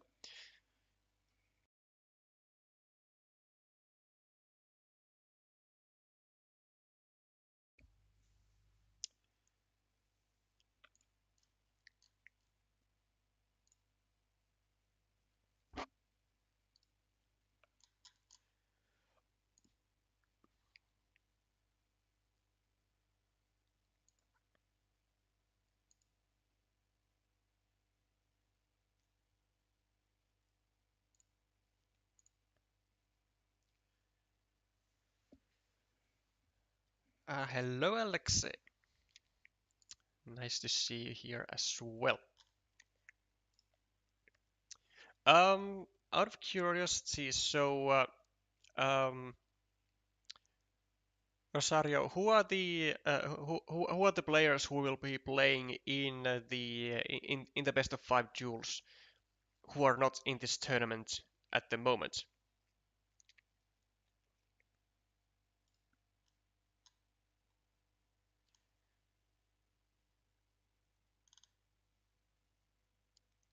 Also, this is very confusing because there are like duplicate names invited on this tournament. And why am I invited on this tournament? I'm not even Argentinian. Interesting. Okay. So Darth Trooper, not I don't know, but it sounds like the second account of Lord Trooper. Probably isn't though. Herchu.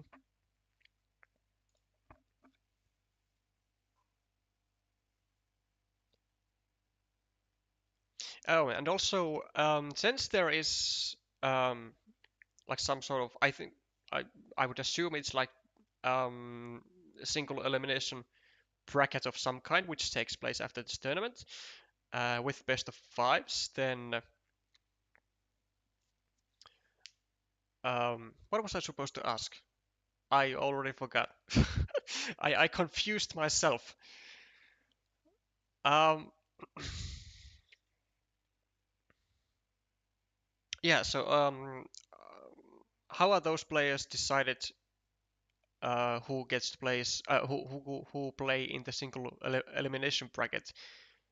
Um, is it like just whoever wants to play there can play there, or how's the thing? Maybe in Argentina, if a foreigner makes it to a certain ILO threshold, they grant you Argentinian citizenship. Uh, maybe, maybe I have a secret citizenship that I haven't been told about, stashed away on some paper. I wouldn't mind that. Kind of a a backup plan if Finland doesn't give me a breakthrough.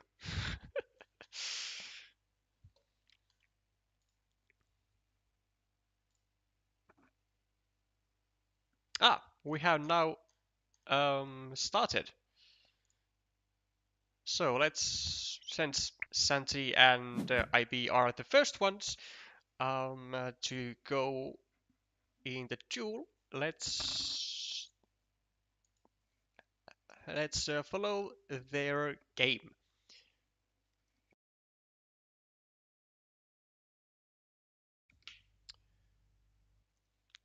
Okay, Santi seemingly is somewhere unknown still to be seen. So Santi actually is probably still taking his break. But his clock is running down, so let's do some theoretical analysis where he should place this crossroad. So these days I actually do intend to do somewhat the same move as here. Yeah, I would do the same move. Like not allowing red to get potential benefit from a road end. If it were some other road tile, I probably would be going with the straight road maybe over here, maple the road to get like a dual, um, dual, dual, dual attacking platforms on the city. Maybe even with a curve as well. Ah, that's a bit of a wild move. Maple's a 1 point road next to Santi's monastery. I don't know how I feel about that, but I can see the point of it. I mean, it's trying to disallow Santi from getting a curve or a straight road going over here, creating a platform to attack the city.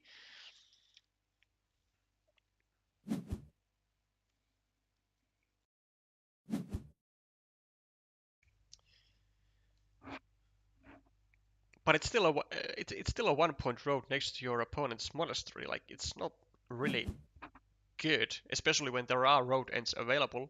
I think it's I think it's a pretty wasteful way to use your meeple. Okay, IB would have a chance to actually just go over here and tie this city together to the final remaining triple city, but um yeah, I don't really like this because actually do I? No, because maybe I do. Because what this does is it of course limits this square to a dagger, but it also gives the offside chance of getting like an extender and then a triangle and actually bringing this guy in to a massive ruin fight. I was initially thinking like maybe we could go so that the field side would be on the right, so that we don't like in any way give a chance for Santi to get a saving tile like immediately here and then run off with an 8 point city, because you know cities like this 2 point city that red now has are gonna be really difficult to actually oh not like difficult, but they're gonna be really um, time taking to actually finish, because you need like 1, 2, 3, 4 tiles in the best case scenario, and that's kind of a lot. In the meantime, IB is taking this attack to new levels. which might be potentially biting him in the future, because this square is still like undecided as to what happens to it. And Santi can either go here with a city tile, or really with any tile actually, and you know, either tie everything together with a road, or then with a curve here and like direct everything to its doom. There's all kinds of funny things that can happen here. It's quite a tense situation.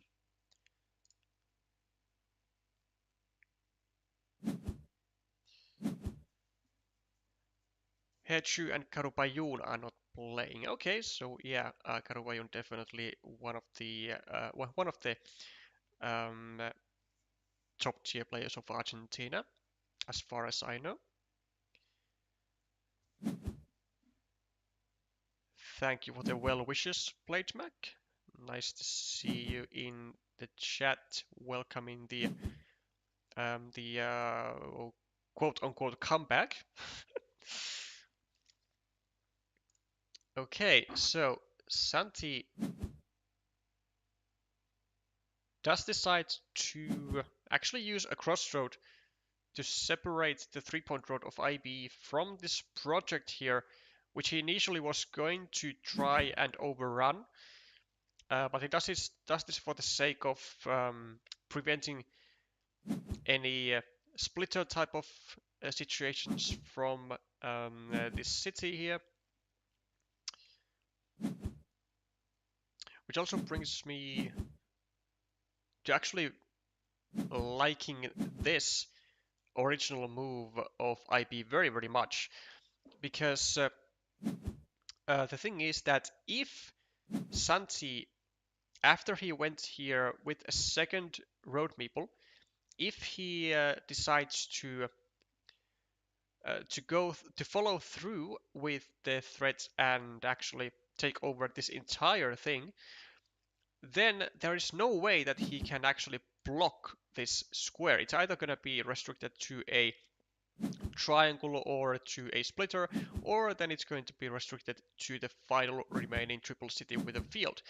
But Santi got a little afraid of his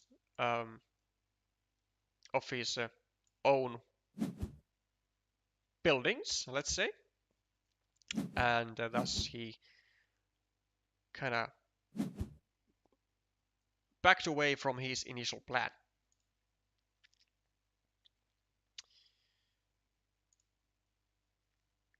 So far, it's actually a pretty good situation for Santi. Plus 13 on the scoreboard. He has a nice looking monastery with extra monastery squares on top of it. He has an 8-point potential city, which still has 2 tiles to complete it, and he has successfully managed to trap the meeple of IB to 7 points, thus getting rid of the main threat that was looming. So all in all, looks like a great situation. Oh, IB, I think, makes a mistake here. I mean, definitely a mistake. I mean, first of all, he's using a city cap to a city which, like, screams of triangles rather than city caps. And second of all, he had a perfectly fine situation, or chance rather, to block this 1-point meeple, getting a bit of a payback from the 7-pointer caused by Santi. But instead, Santi now gets his meeple liberated and gets an extra 3-point road on top of that. So I can't really say it's looking great for Santi. Though I also have to say that I don't like this move by Santi. I think it would have been much more urgent to actually go over here and attack the city, simply because Santi is in the lead by quite a lot, and so he would be actually able to like risk his opponent getting a 4-point city. But if IB manages to successfully complete this 12-point city, then it's a whole different story.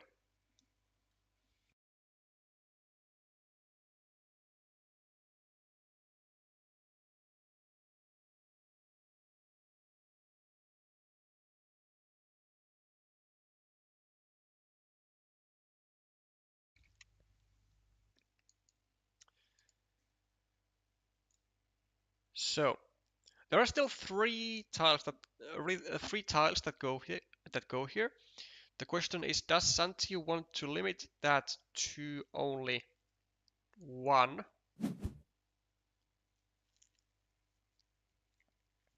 The answer is no. I don't get this. Why would he go on this side? Like, okay, let's be real. A road monastery is gonna come there likely anyway. Oh, probably because of this. Okay, yeah, I was about to say that road monastery is gonna be striking here by either player probably. So why not go on this side and get like more or less guaranteed 6 points when Santi is able to get a curve and finish the road. But as we see here, Santi had it all figured out that he is going to drop another meeple immediately after completing the 5-point road, and he's going to be having a dual benefit from the road monastery. Probably should be actually meepling this, yeah, meepling this road as well. Exactly because of this tile, which I think IB will still be putting it there, because it is still going to be, what, 1, 2, 3, 4, 5, 6, 9 points. But he is definitely going on a thin ice at the moment.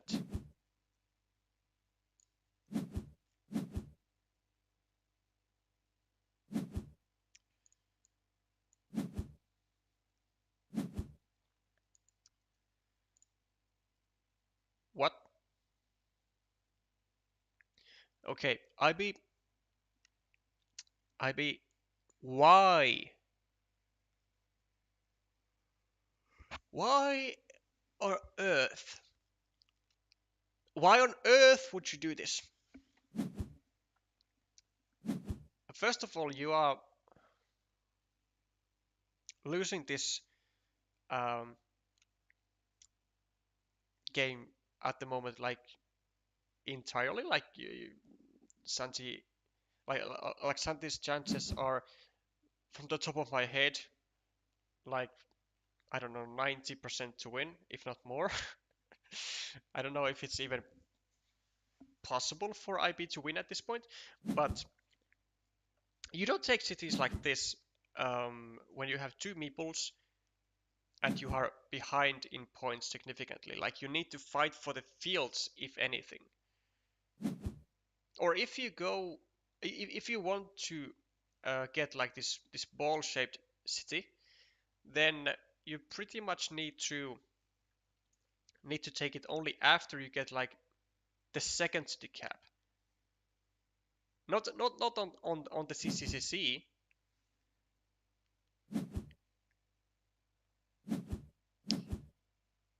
And with this 9 points of Santi, this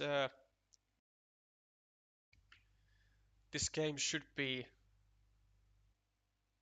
pretty much over. Santi, by the way, also has a chance to get his third meeple to the main field with 2 tiles.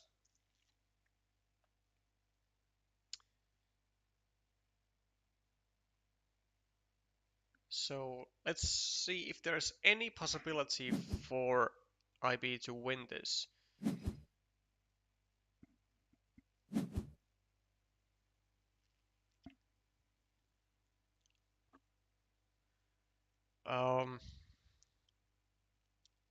If he does stuff like this, then 1, 2, 3, 4, 5, 6, 7, 8, 9, 10, 11, 12, 13. Actually, there are not even city caps anymore to finish the city.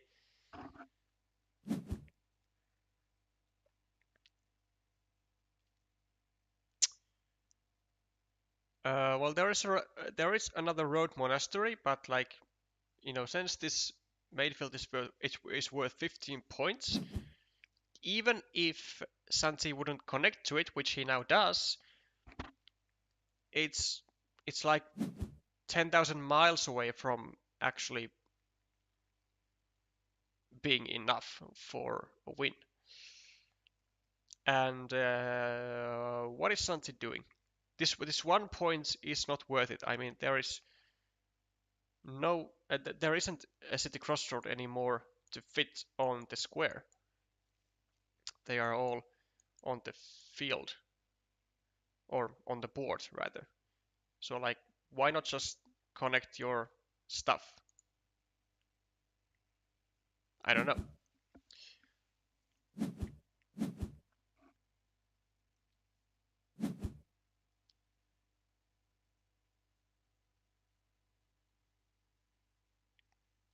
One, two, three, four, 5, 6, 7, 8. No triple cities.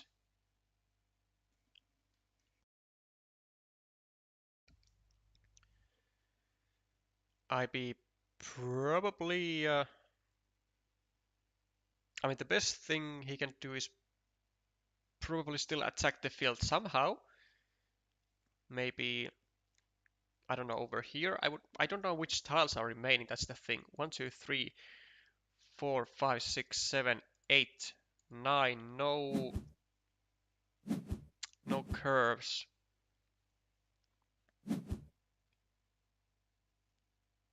One, two, three, four. I don't even know what this was. I mean, Santi just blocked his own farmer from connecting. I don't think I'm hallucinating. Santi just blocked his own farmer from being able to connect on the field. Not that it's going to matter, but you know, just saying that it's a pretty sizable mistake.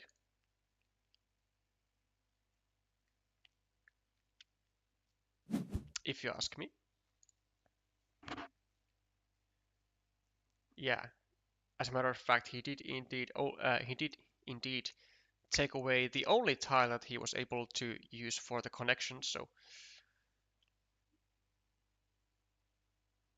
I'm not sure if he's just miscounting or if he's not even counting the tiles. Maybe he has stopped counting the tiles, like,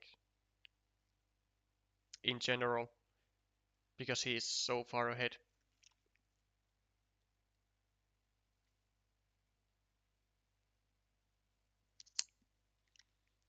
I be able to take 3 points from either a field or a city. I think that's the best he can do. Yeah, 3 points it is.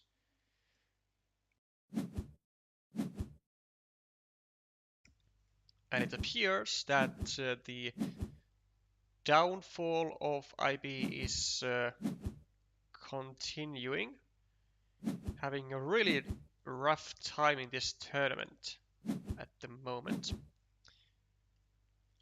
So for his own well-being, I hope he is able to get some wins on the final 2 rounds.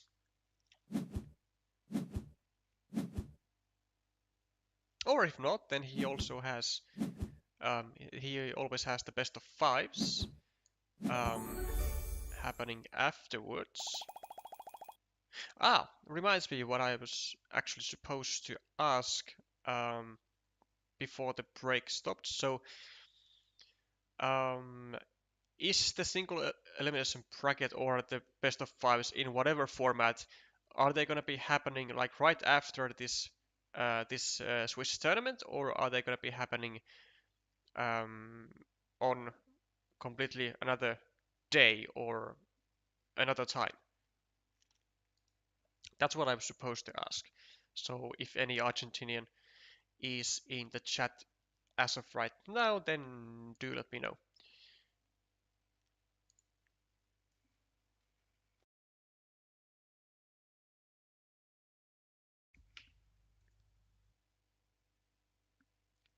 Best of five will be in another day. Okay.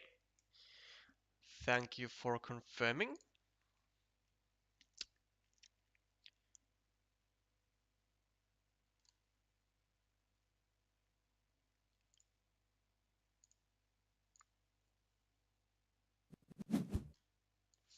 Final tile of the round 4. And looks like Rosario is heading towards the tip of the leaderboard here, judging by the point situation. Not sure how exactly the field situation is. Looking like it's 2 and 2, with Matikari having some extra compensation points for 6-point fields, but I don't think it'll be enough.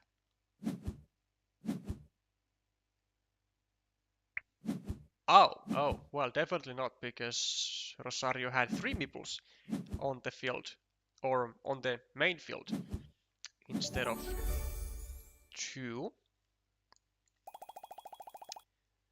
This is probably why some players don't want green to be used, as it is a camouflage color. By some people, I definitely am not saying Alexei, and I'm definitely not meaning that green should be taken away, because I love green. Players chooses the day, okay. So it's completely up to them when to play those best of fives. Is it simply going to be one best of five, or is it like a bracket of some sort, or is there like one time shuffle pairing, and whoever wins one best of five gets to be in the team?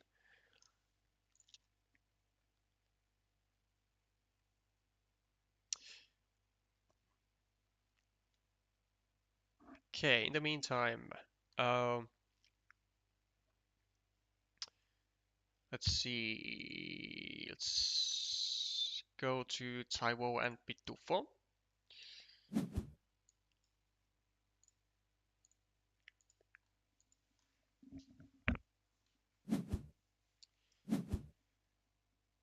Looks like there's gonna be a very closed position here, with very small fields and roads in the middle.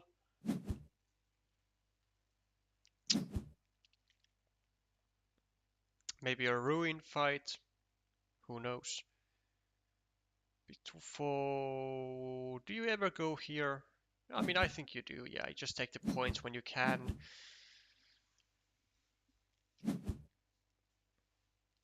And it doesn't really matter that this square gets filled, because the road shares another square with this monastery anyway.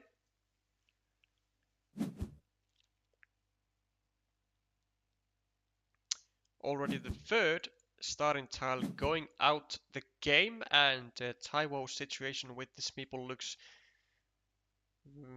dire.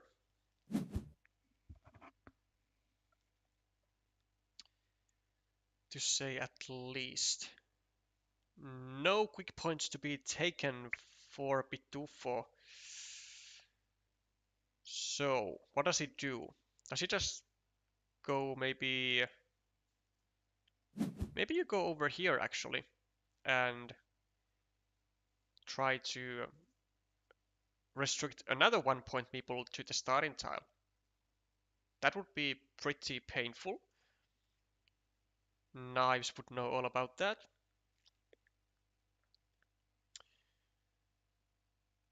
Instead, he just decides to add 2 points to the ruin part of his own.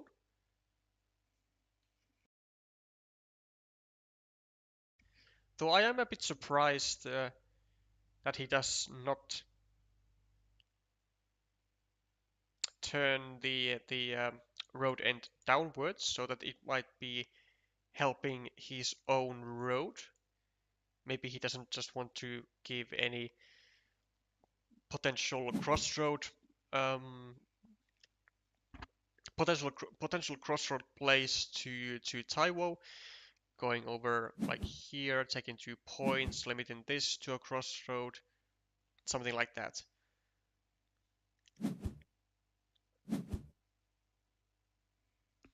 Okay, Taiwo also using a splitter on to separate the 2 city pieces, as he didn't have really anything better to do because all of his meeples were tangled up in these 1 point cities.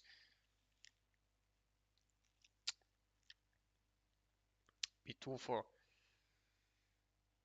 with another monastery, but no good monastery spot to place it to.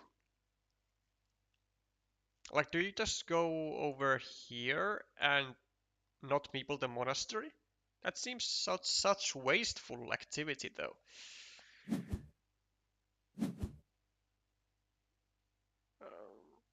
Okay.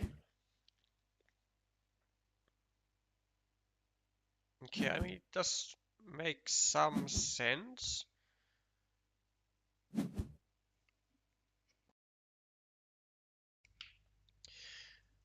Leaves a 3-point leaves a 3-point city that a 3-point road that Pitufo is controlling. Gets 1 point over this over the block of another 1 point meeple to the final remaining starting tile, which I think would have been much more useful of a move.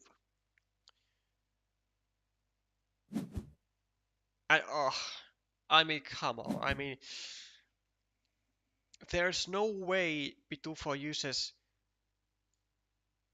a straight road to get 1 point to the monastery instead of blocking, but then he uses a much more valuable a much more valuable crossroad to do the blocking. It's just uh, it's something that I cannot I cannot encourage many people to do. It's something that I cannot encourage, or I cannot encourage anyone to do actually. I mean, you gotta have your priorities straight. Like, if you are ready to do this action, then you shouldn't be like wasting more points, but just take them. Take the points when you can. Should be going over. Oh my god. Oh no, yeah. Actually, it's quite all right. So, made a platform to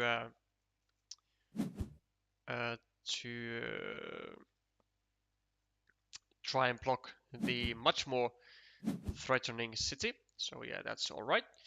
Unfortunately, it goes in vain, and Taiwan now has 2 tiles, 2 daggers, still, oh no, 1 dagger over here to finish a rather large city, and especially in this, or with this board or map, it is an especially harmful activity getting this city completed,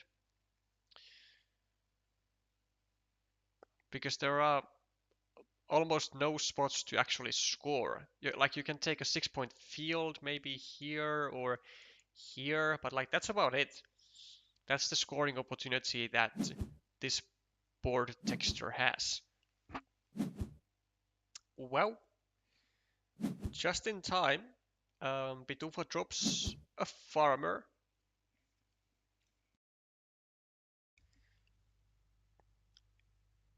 I mean, he pretty much had to be anticipating the uh, the completion of the city on Tybor's part. But there is also an added benefit in the form of being able to potentially expand this field um, all the way to the south. Like he can go over here with a regular curve, get 2 points on the road, and also include this 3-point city to the field, and then go here with a straight road, get another 2-point, get another 3-point city on the field, so that is gonna put the field already at 15 points. And like he's gonna need every point that he can get with this situation that he has now going on, as the scoreboard is definitely not on Pitufo's side, but the board is looking pretty amazing actually.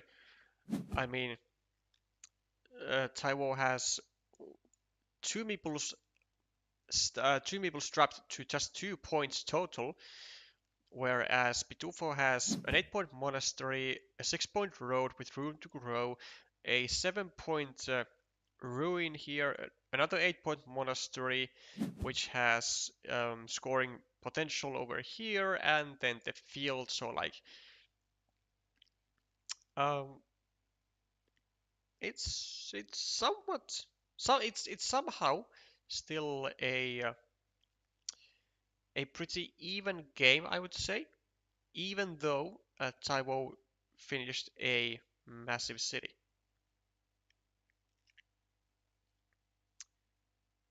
And the term massive is relative in this context.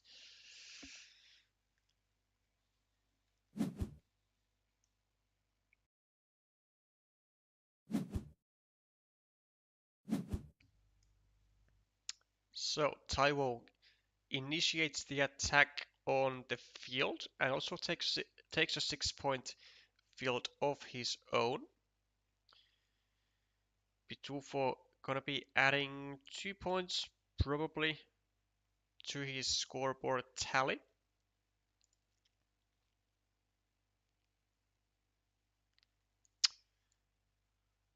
Can't think of a better move really.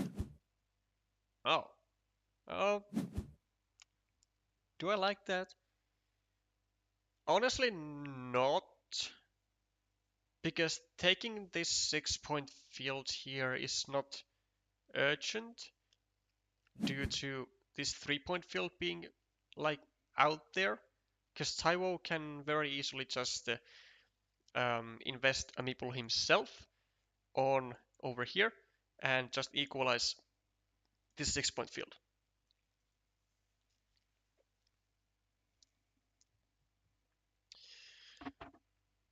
Okay, so let's see. So plus 21. 1, 2, 3, 4, 5, 6, 7. Oh, this is gonna be an issue if Taiwo goes with another farmer. 21, 22, 23, 24, 25, 26, 28, 6 and 6, 29,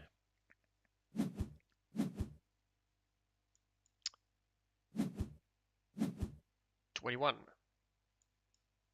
12, equal 8, 10, 15. Actually, Pitufo is very much ahead. Well, especially after this move, but he was actually ahead quite a lot even before that move. Because like now his lead is something like 10 to 15 points about, roughly. So he's gonna have to unify these fields here like ASAP, or he's going to have to farm again over here. But he has to still do something about the fields. Okay. 1, 2, 3. Yeah, actually that's an alright move. Yeah. Because there are still multiple crossroads remaining. And in case one hits, it's another meeple extra on the field for Pitufo, and he gets an extra 4 points for the road in the process and an extra point for this road. So that's definitely looking quite juicy.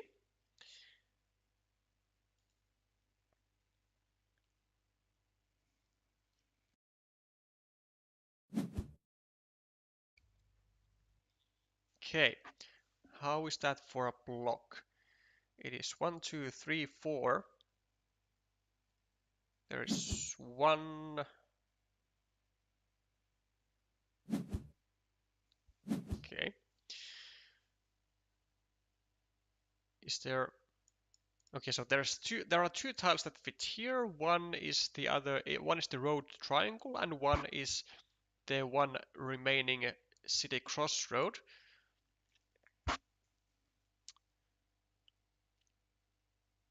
And maybe as Pitufo we can go. Maybe we can go here or here. Actually, out of those, this is a bit better because if he goes here and then Taiwo gets. Oh.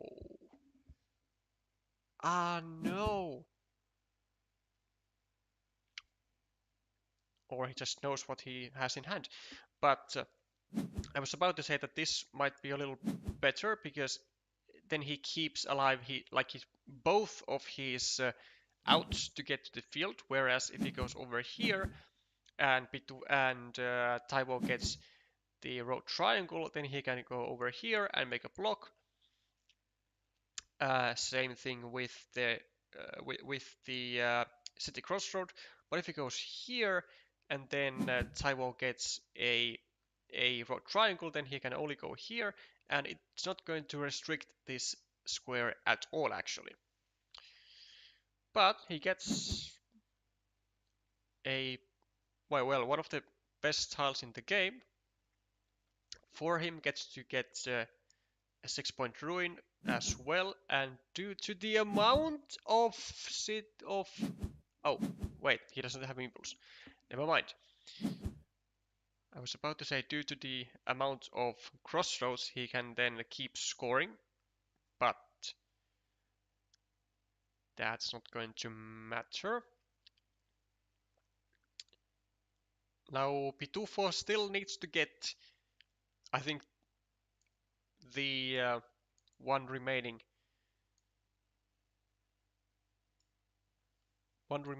regular curve. 1, 2, 3, 4, 5, 6, 7, 8. Yeah, has to get the regular curve, it seems. And he does, but is that even gonna be enough? I actually don't think it's... Actually, is it gonna be enough? It's gonna be really close, actually. Because he has so many open features. But nah, I don't actually think it's gonna be enough. Even though he was now able to prevent this connection, and he was able to keep these, well, 9 points essentially. No, sorry, 12 points. I don't think those 12 points are enough with Taiwo's extra fields over here, here, and here, stacking up that missed 12 points.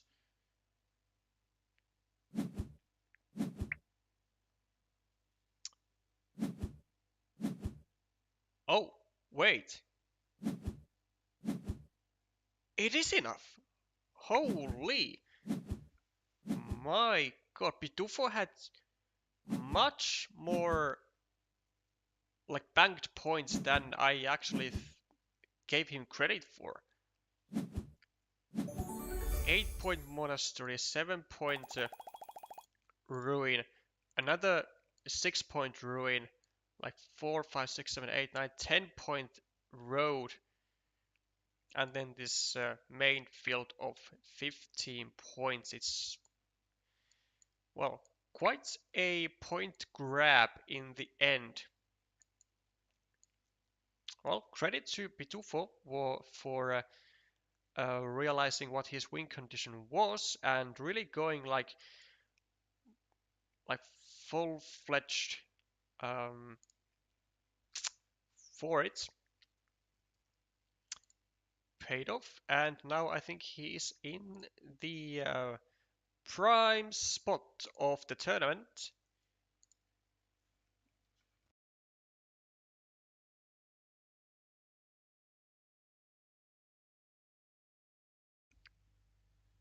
With 4 out of 5 wins. Not that he really needed it, maybe, but at least now he has secured his WTCOC roster spot, so we can congratulate Pitufo. Let's see how Webby and Alessario are doing. Is Webby going to be able to muster up these much needed wins?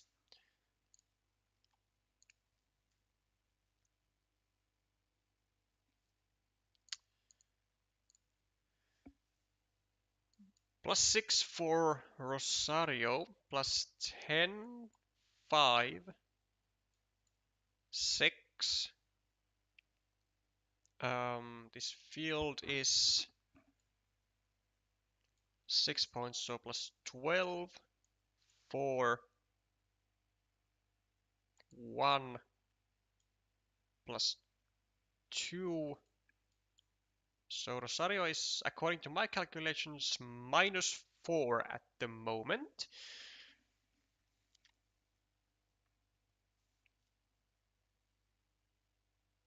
And this situation doesn't actually look right. If I refresh, does anything happen? Yes, it does. Okay, so -4, no? And the issue is that Webby is the one with growth potential on the Ruin, whereas Rosario does not.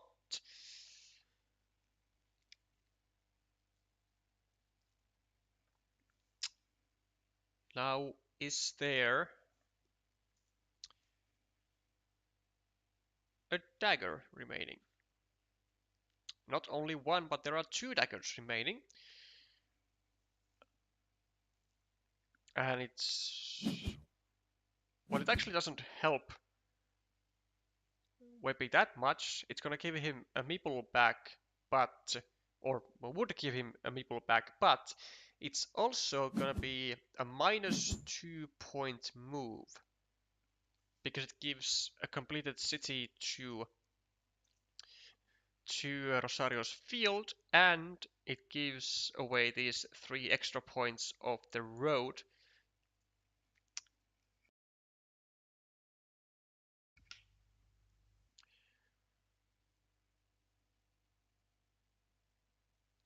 So Webby is banking hardly or banking heavily on starting tiles, which there are still 2 remaining.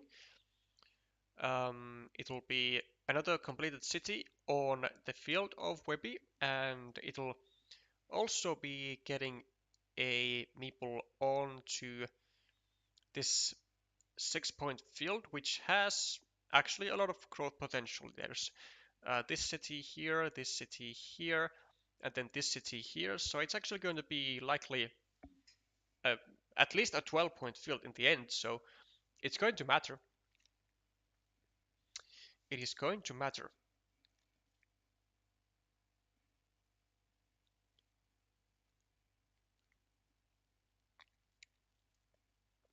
Now, Rosario doesn't really have anything to do with the straight road.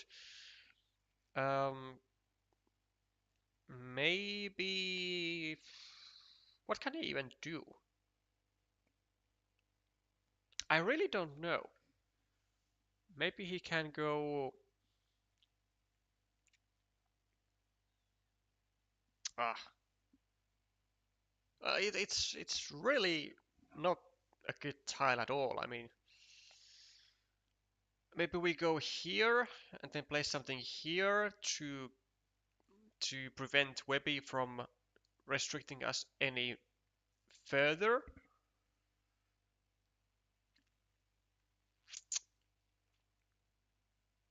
But then it kind of messes up with if we get a road Dorito and go here, then we have a blocking platform which we have set up. Okay, well, there's the first dagger, so that's gonna be going over here. Meeple back to Rosario, and things are looking pretty good actually.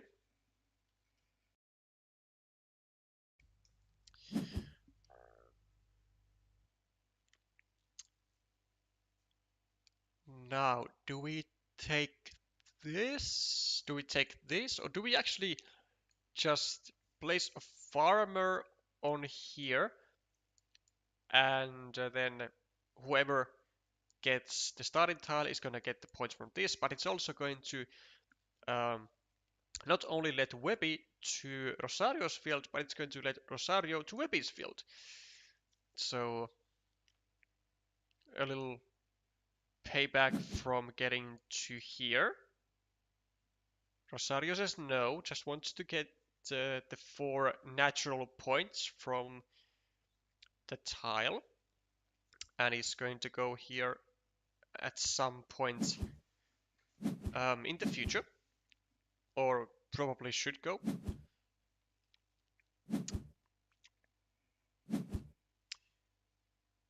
Gets the meeple back immediately. And now with this 9 points, now Rosario, I have to say, is gonna go over here. And he's gonna drop a farmer. I am having a hard time seeing him going actually over here. It's 1, 2, 3, 1, 2, 3. Like, I mean, this is just, such a good spot to be honest, because it's just like an unblockable spot, though with only 1 tile to go there. But it's still 3 extra points to the field, to the road, and these city points, and Rosario does exactly that.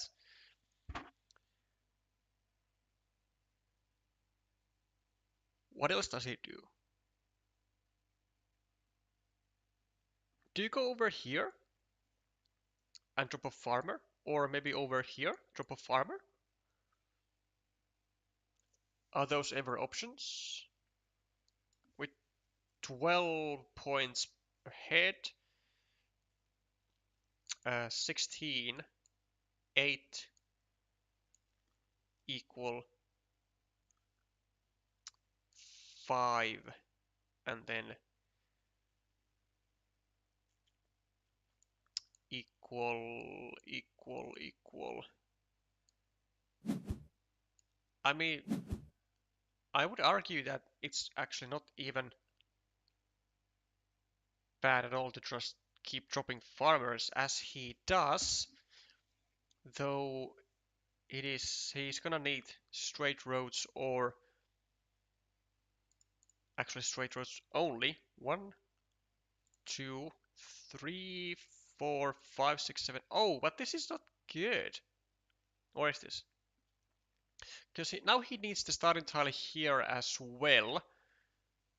So now this guy is pretty pointless. Yeah, I don't like this meeple at all. Uh, well, he does get the starting tile. Oh, no, but this drives the whole point of this meeple away. Because the only reason you would do this move is that you don't have to uh, give these main field points or this 9 field points to this 3-point farmer. But now you'd say you don't have a single tile to go here with. Not a single tile. This farmer is useless. Ah, why would you do that? Why would you see the trouble of using a 3-point farmer to a spot that you need the tile anyway, the same that you need over here, and then you take. Is this actually even a worse spot? Because it gives 9 and 9, so the same here, and it's 1, 2, 3. So that's a 7-pointer, whereas this is just a 10-pointer. So like, so Rosario just messed up first here and then not capitalizing on his own mistake. Actually, that sounds funny, capitalizing on your own mistake. That's not something you do every day, but like the point is that this was really, really bad.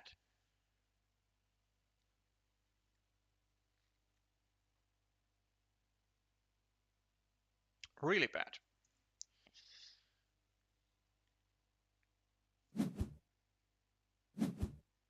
Just a 3-point monastery and, well, a 4-point monastery.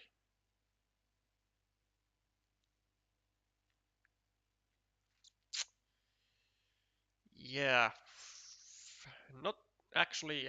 It was even better for Rosario to go here, but I mean, the reason he's doing these moves has to be due to time. Like doesn't want to get like disqualified by the BGA tournament system. So he was just doing like sort of quick moves, intuitive moves, but he didn't actually have the time to think these moves over, or think these moves through, and he thus lost 1 point here and 3 points here, so 4-point mistake overall. And what do you know? He made 4-point mistake overall in the last like 5 tiles, and he lost because he made those mistakes. He I can't, man. I cannot. I simply can't. This is what time pressure does. Oh, this must hurt.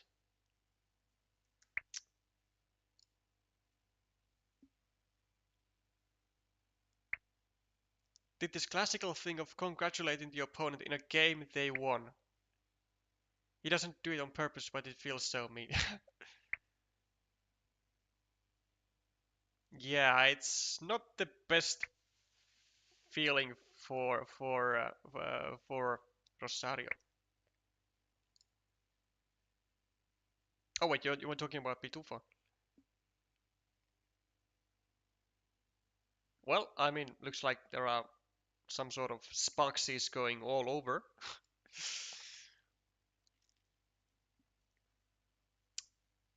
But I mean,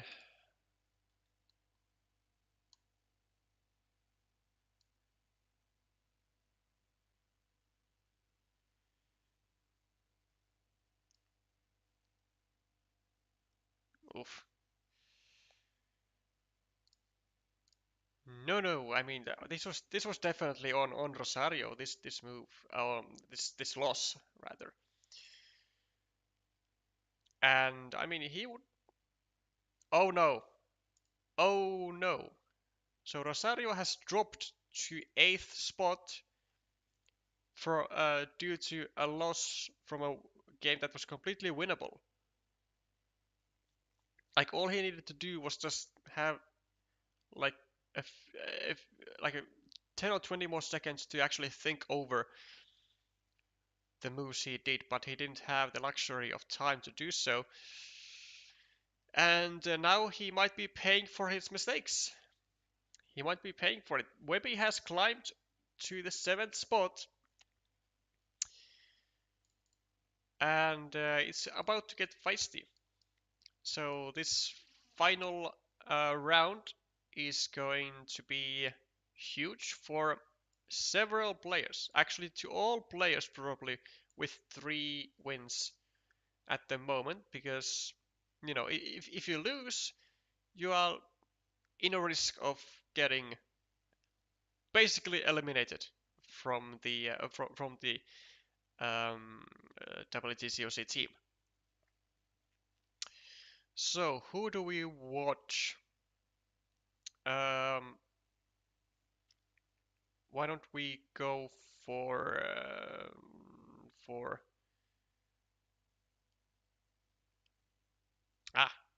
Academia?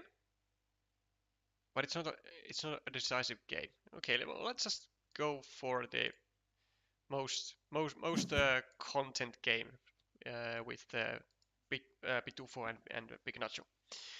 So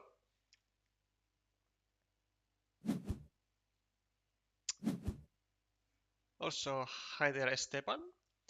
Glad to see you here as well with the rest of the gang.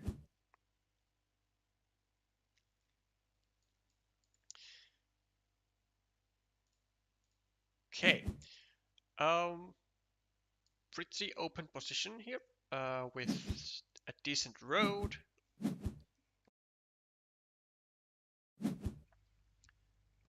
And actually looking really, really good for Pitufo with the early early cities with their early longest road and 2 open cities, whilst Nacho all he has is this one city over here, which can be messed with and very likely it's going to be messed with. Okay, Nacho laying down a road of his own.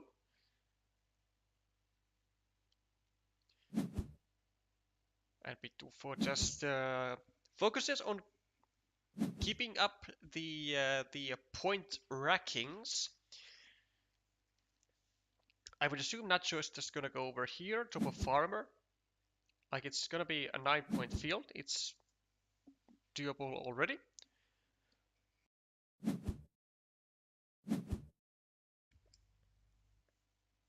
6-point juicy monastery for Pitufo, and it gets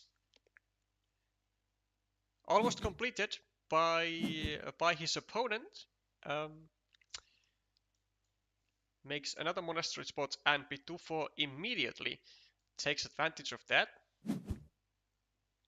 And there's gonna be another nice juicy field for Pitufo, which he is going to immediately, almost immediately take. Does he go over here, take the field? Yes, he does. Or does he go here? And he decides that being on this field first is going to be significant, and I have to agree. Now, Nacho, do you do the normal move? Just go here. Because you only have 2 meeples if you start a new city, it's not that convenient.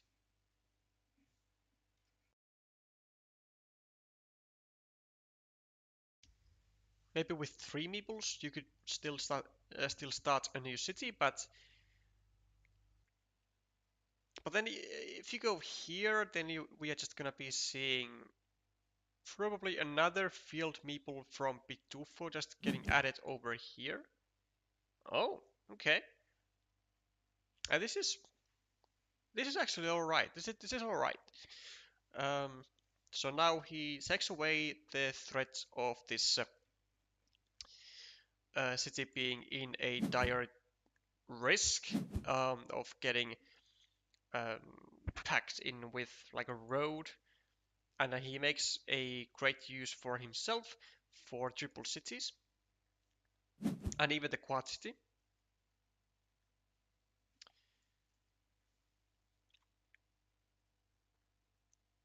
I am a bit uh,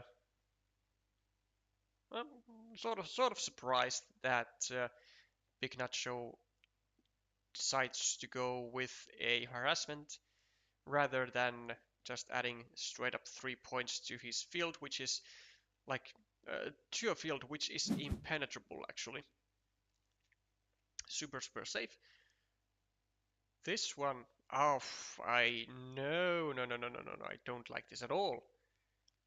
Pitufo, because now he just offers Big Nacho this field equalization on a silver platter.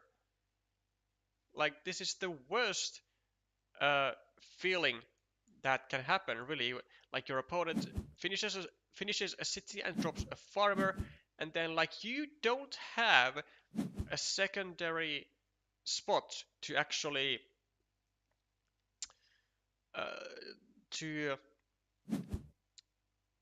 to drop a second farmer of yours, or like I guess you could drop it here, but like it's not the best type of place you could hope for because it can get blocked and it's like on a 0 point field.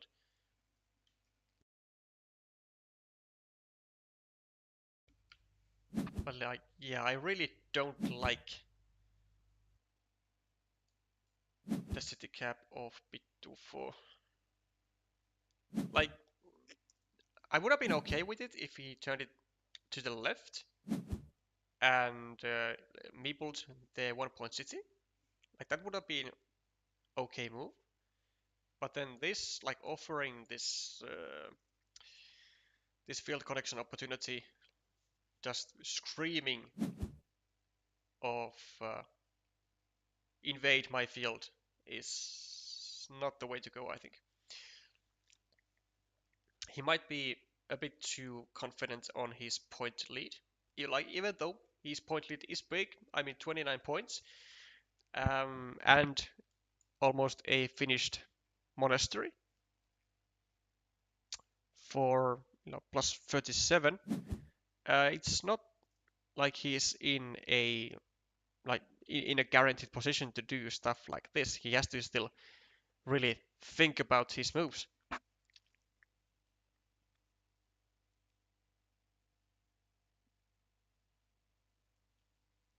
And Nacho has to think about ways he can actually score. And this is unfortunately a bit of trouble.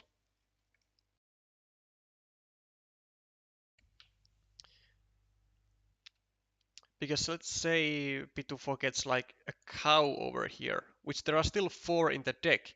He limits the square to a CCCC, and then all of a sudden Big Nacho, what looked like a great city, which would be rather easily completable, would then be restricted to a 50-50 shot. And therefore, Nacho decides that he's going to take a 75% instead of the 50-50, or potential 50-50. And he's also going to kind of throw a dice with this square here. 1, 2, 3, 4, 5, 6, 7, 8, 9. 4 city caps with field on the left side. 2 of them are daggers. And then there is a tube divider and probably vanilla. A vanilla, yep. So now, I mean, this spot would be not too bad, right? Trying to prevent Pitufo from sticking a road in here. So maybe that's maybe doable.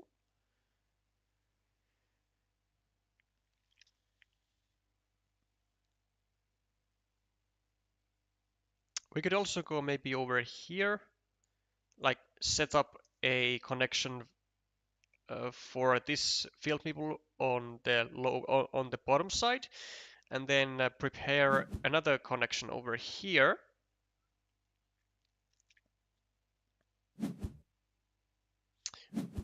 But it ain't gonna happen, says Nacho, and just goes with the initial plan I suggested.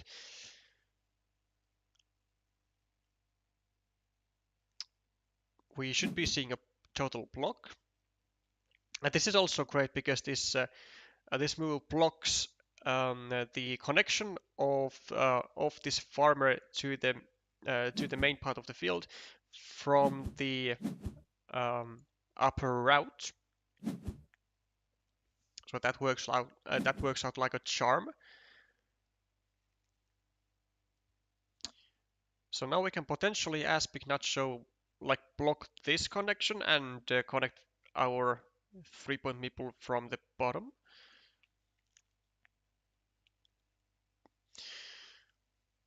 And I have to say that Big Nacho is still in a really bad spot, man. I mean, he really, really needs to get his city up and going, or like completed as soon as possible, because like the scoreboard difference is like mounting up all the time to be bigger, bigger, and bigger.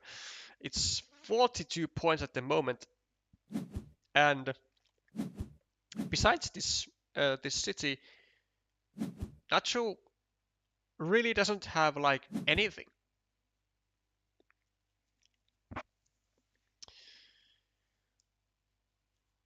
Which means that if I were to be Pitufo, I would probably be looking to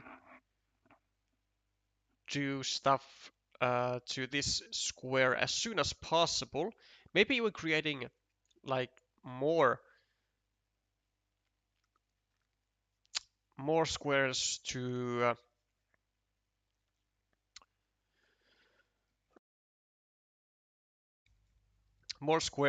actually make the blocking platforms and the blocks afterwards.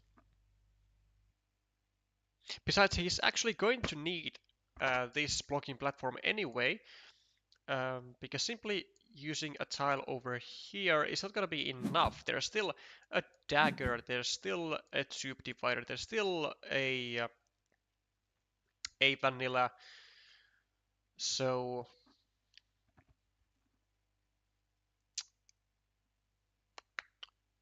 if he wants to be almost certain of his win, he's gonna have to do stuff like this. Yeah. Now, not sure. Yeah, this is really, really bad. I mean, maybe we go. Do we just go over here? Now decides that this spot is better. 1, 2, 3, 4.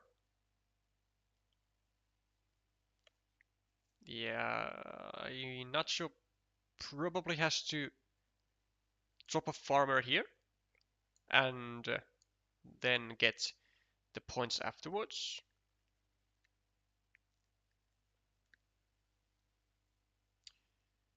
Because if he doesn't go here now, then it's going to be really difficult to actually get a good attacking platform to the field. I know Pitufo can just simply drop a third farmer if Nacho goes here now, but I mean, it has to be done, right?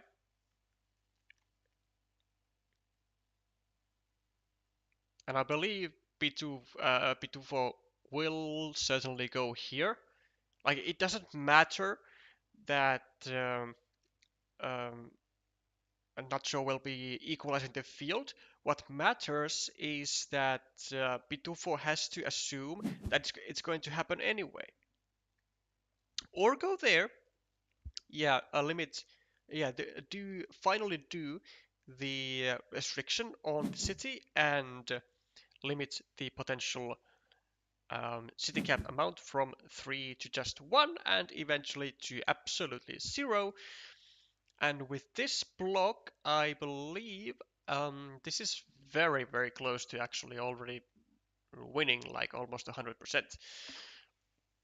Let's see, so 44, 51, 54, 49, 45, 42, 36 if this field is equalized. So plus 36 and a meeple more. So like it's gonna take an absolute miracle, I think, for Pitufo to actually lose this. I mean, he was during the stream, he was already in a situation where it was where it was impossible for him to lose a game. I believe it was Pitufo. And now this might be another one of those where it is more or less impossible for him to lose the game. Though I'm not sure if this really helps, because he creates a 9-point coin toss, basically.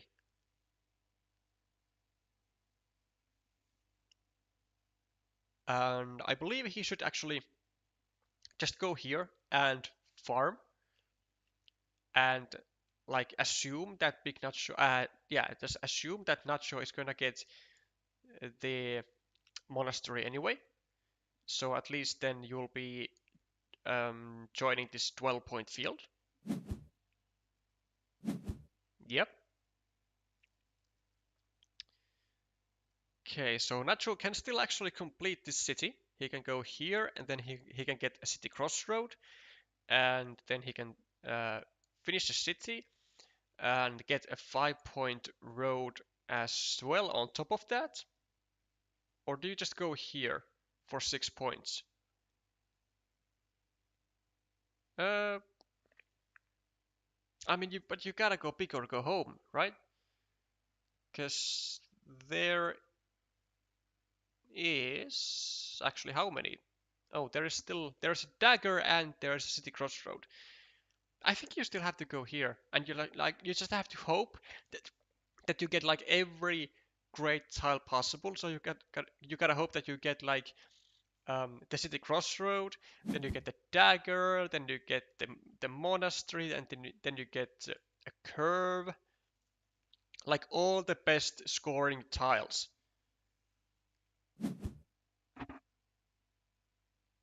Oh, I mean, that's a scoring tile, but it's not the scoring tile.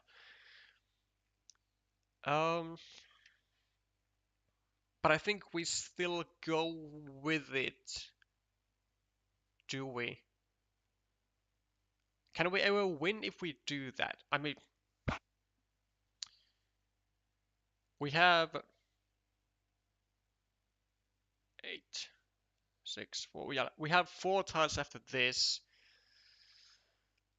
1, 2, 3, 4, 5, 6, 7, 8. Oh, this was actually also the final curve, so this connection isn't actually happening.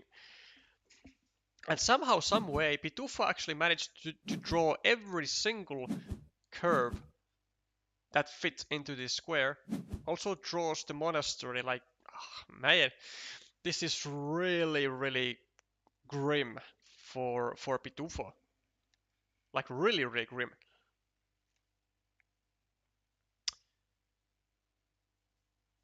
Like we can still get 6 points here, and then I don't know, maybe a ninja farmer. No, actually, we gotta attack this field. 1, 2, 3, 4, 5, 6. Yeah, still 18 points.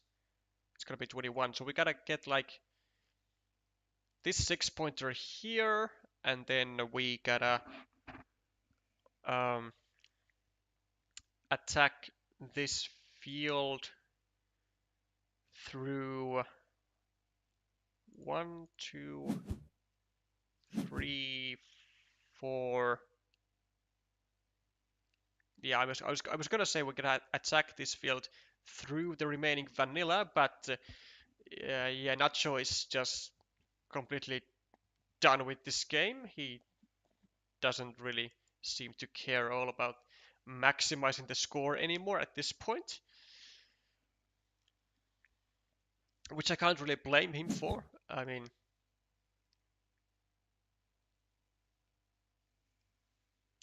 1, 2, 3, 4, 5. Wait.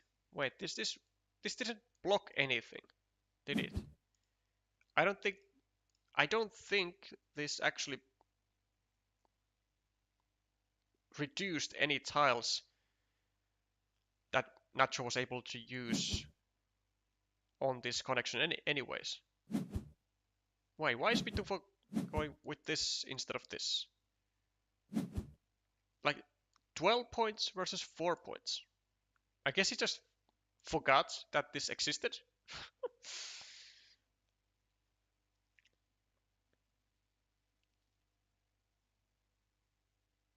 He also could have taken just 7 points with this, but I mean there's still there two dividers, so actually there isn't.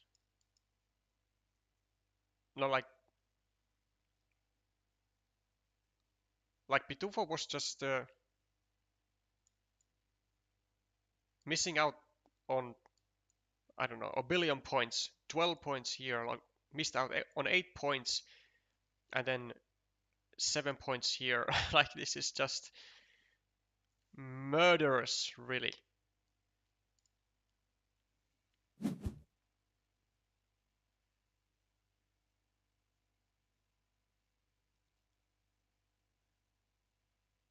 Pitufo said well won at the end of his game, so the opponent thinks I guess I won, and the point out comes and their heart breaks. That's unfortunate for Pitufo's opponent.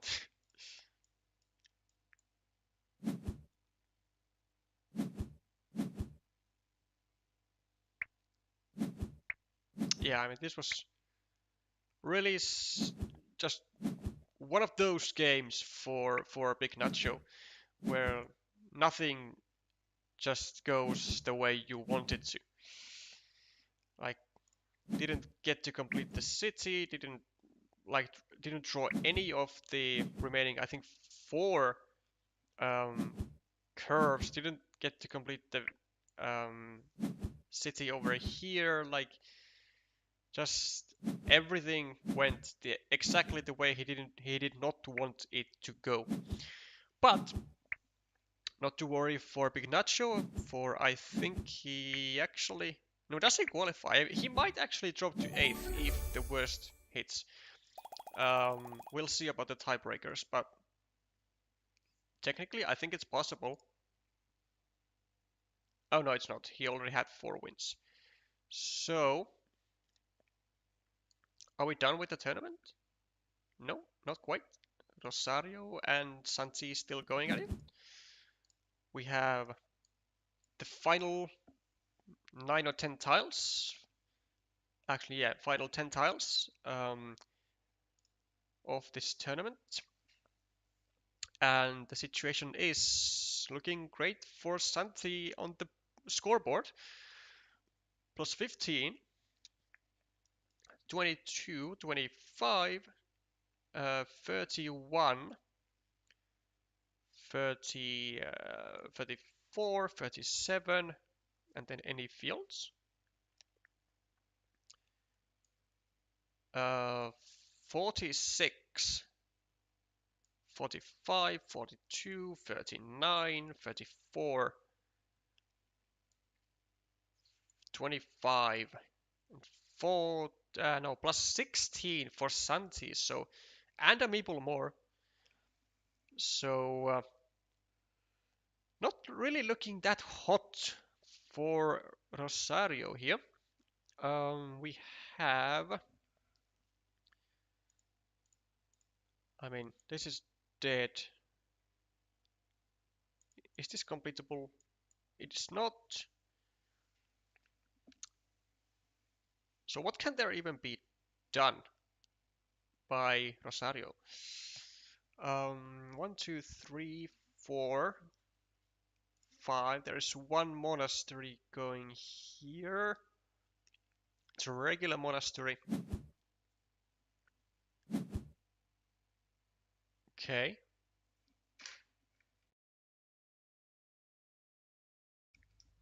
Decides to attack the 9-point field. I mean, extenders are usually the type of tiles that you definitely don't want to make any field attacks with, because they often kind of mess things up with the city, with the city that you're trying to build, or the other way around. But when you are heavily losing, it doesn't really matter. 1, 2, 3, 4, 5, 6, 7 points and a meeple back for Rosario. Like minus 16, 12, 10, 7. So still minus 13 for Rosario, if I have counted correctly. Are there any rodents? 1, 2, 3, 4, 5, 6, 7, 8. No rodents at all. So not possible to drop a tempo farmer as Santi. Rosario gets the connection. But does he take it? Actually, does he take it, or does he actually just go full points? Because he might just go points and then assume that he's gonna get the monastery. Or maybe he goes over here, 7 points, and then I don't know, gets a tile here, takes another 9-point field, and then a tile here. 1, 2, 3, 4, 5, 6, 7, 8, 9. 1, 2, 3, 4, 5. 1, 2, 1, 2, 3, 4. I think there's still one vanilla after this. 1, 2, 3. Yeah, still one vanilla and one monastery, so still 2 tiles that go here. And nothing that goes here. Also, any daggers? 1, 2, 3, 4, 5. No daggers. So nothing that goes here either. Which makes me think that it is the correct decision made by Rosario. Because what he was hoping for to do here was get the points here. Then he wanted to get this monastery here and take points from this 9-point field. And then he wanted to get the final vanilla and to go here and to get another 8-point move. So I have to say credit to Rosario for being patient here and coming up with the with a plan which allows him, or allowed him momentarily, to go for maximum point gain.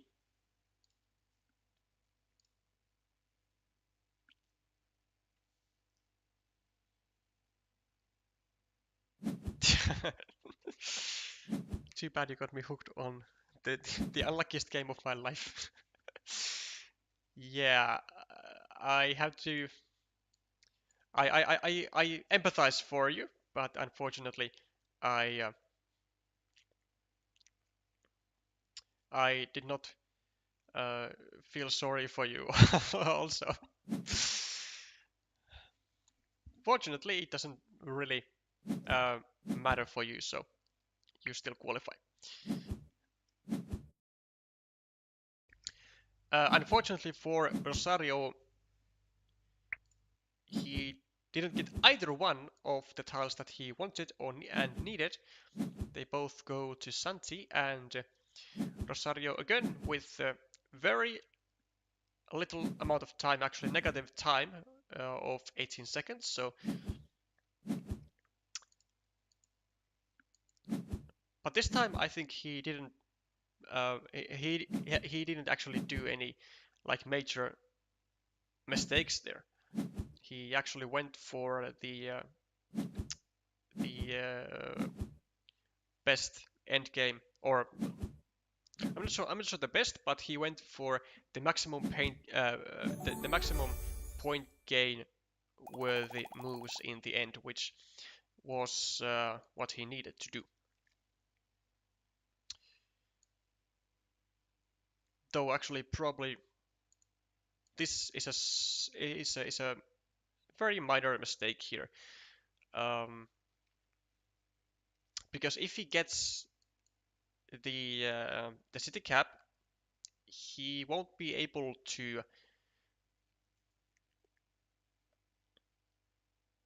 Yeah, he won't be able to score for the field, so it's gonna be a 5 point move, whereas he already had an 8 point move here anyway. So a better one, a better move would have been for him to just take a 4 point move over here, or actually, no, you know what? A better move would have been able to take. No, no, no, no. Yeah, this was the best because he wanted the vanilla. I was about to go like he could go here and connect with the straight road onto the 9 point field, but that doesn't really work because if you go here with 4 points and then you get this, you get 8 points here. It's like more than 9, so Cookie doesn't really crumble that way. If you wanted to be fancy, I think he could have also. You know what? He could have maybe even went with this tile over here, drop the farmer, and then have 2 tiles out of the remaining 3 that will let him to the field. Either the vanilla to go over here, which is worth 8 point move, or the straight road, which you go over here with, and then you get plus 12, which kind of all the same because it's still not enough points, but you can always go for max value.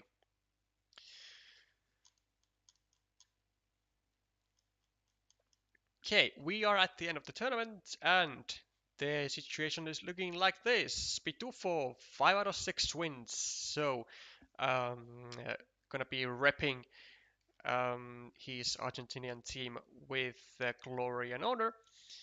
Nacho, 4 out of 6 wins, together with Santi Plater. Webby, 4 out of 5. Yeah, because the buys didn't count as played games, so but 4 out of 5, an 80% win rate, that's pretty good. And he did exactly do a step up from like after the break. You can see here that wins one game versus Nico's, versus Nico, then versus Ale Rosario, and then with the final round against Taiwo as well. So that break seemed to have come at a great um, timing for Webby as he was able to recoup and then deliver his way to the fourth position. Matigari with 3 wins, Taiwo 3, and Lord Trooper with 3 wins round up the top 7. I believe I'm not sure if these will be checked the way they will be checked in the MSO for added tiebreakers, or if this tournament is solely based on the PGA tournament system, which we see that the top 7 is gonna be the ones that we see on the board. Rosario, Nico, Academia, and IB unfortunately fall just short of the top 7 and will have to go for the best of fives against whoever lands in their way. We probably will be hearing about um, uh, those best of fives at some point if the Argentinians are communicating through WhatsApp, and well, we'll be hearing about them at least when the Argentinian complete WTCOC roster is announced and registered. Once again, congratulations to all the top 7. Great work, and you can enjoy your roster spot. To the others, good luck on your best of fives. It's going to be a wild ride for you with a lot of pressure.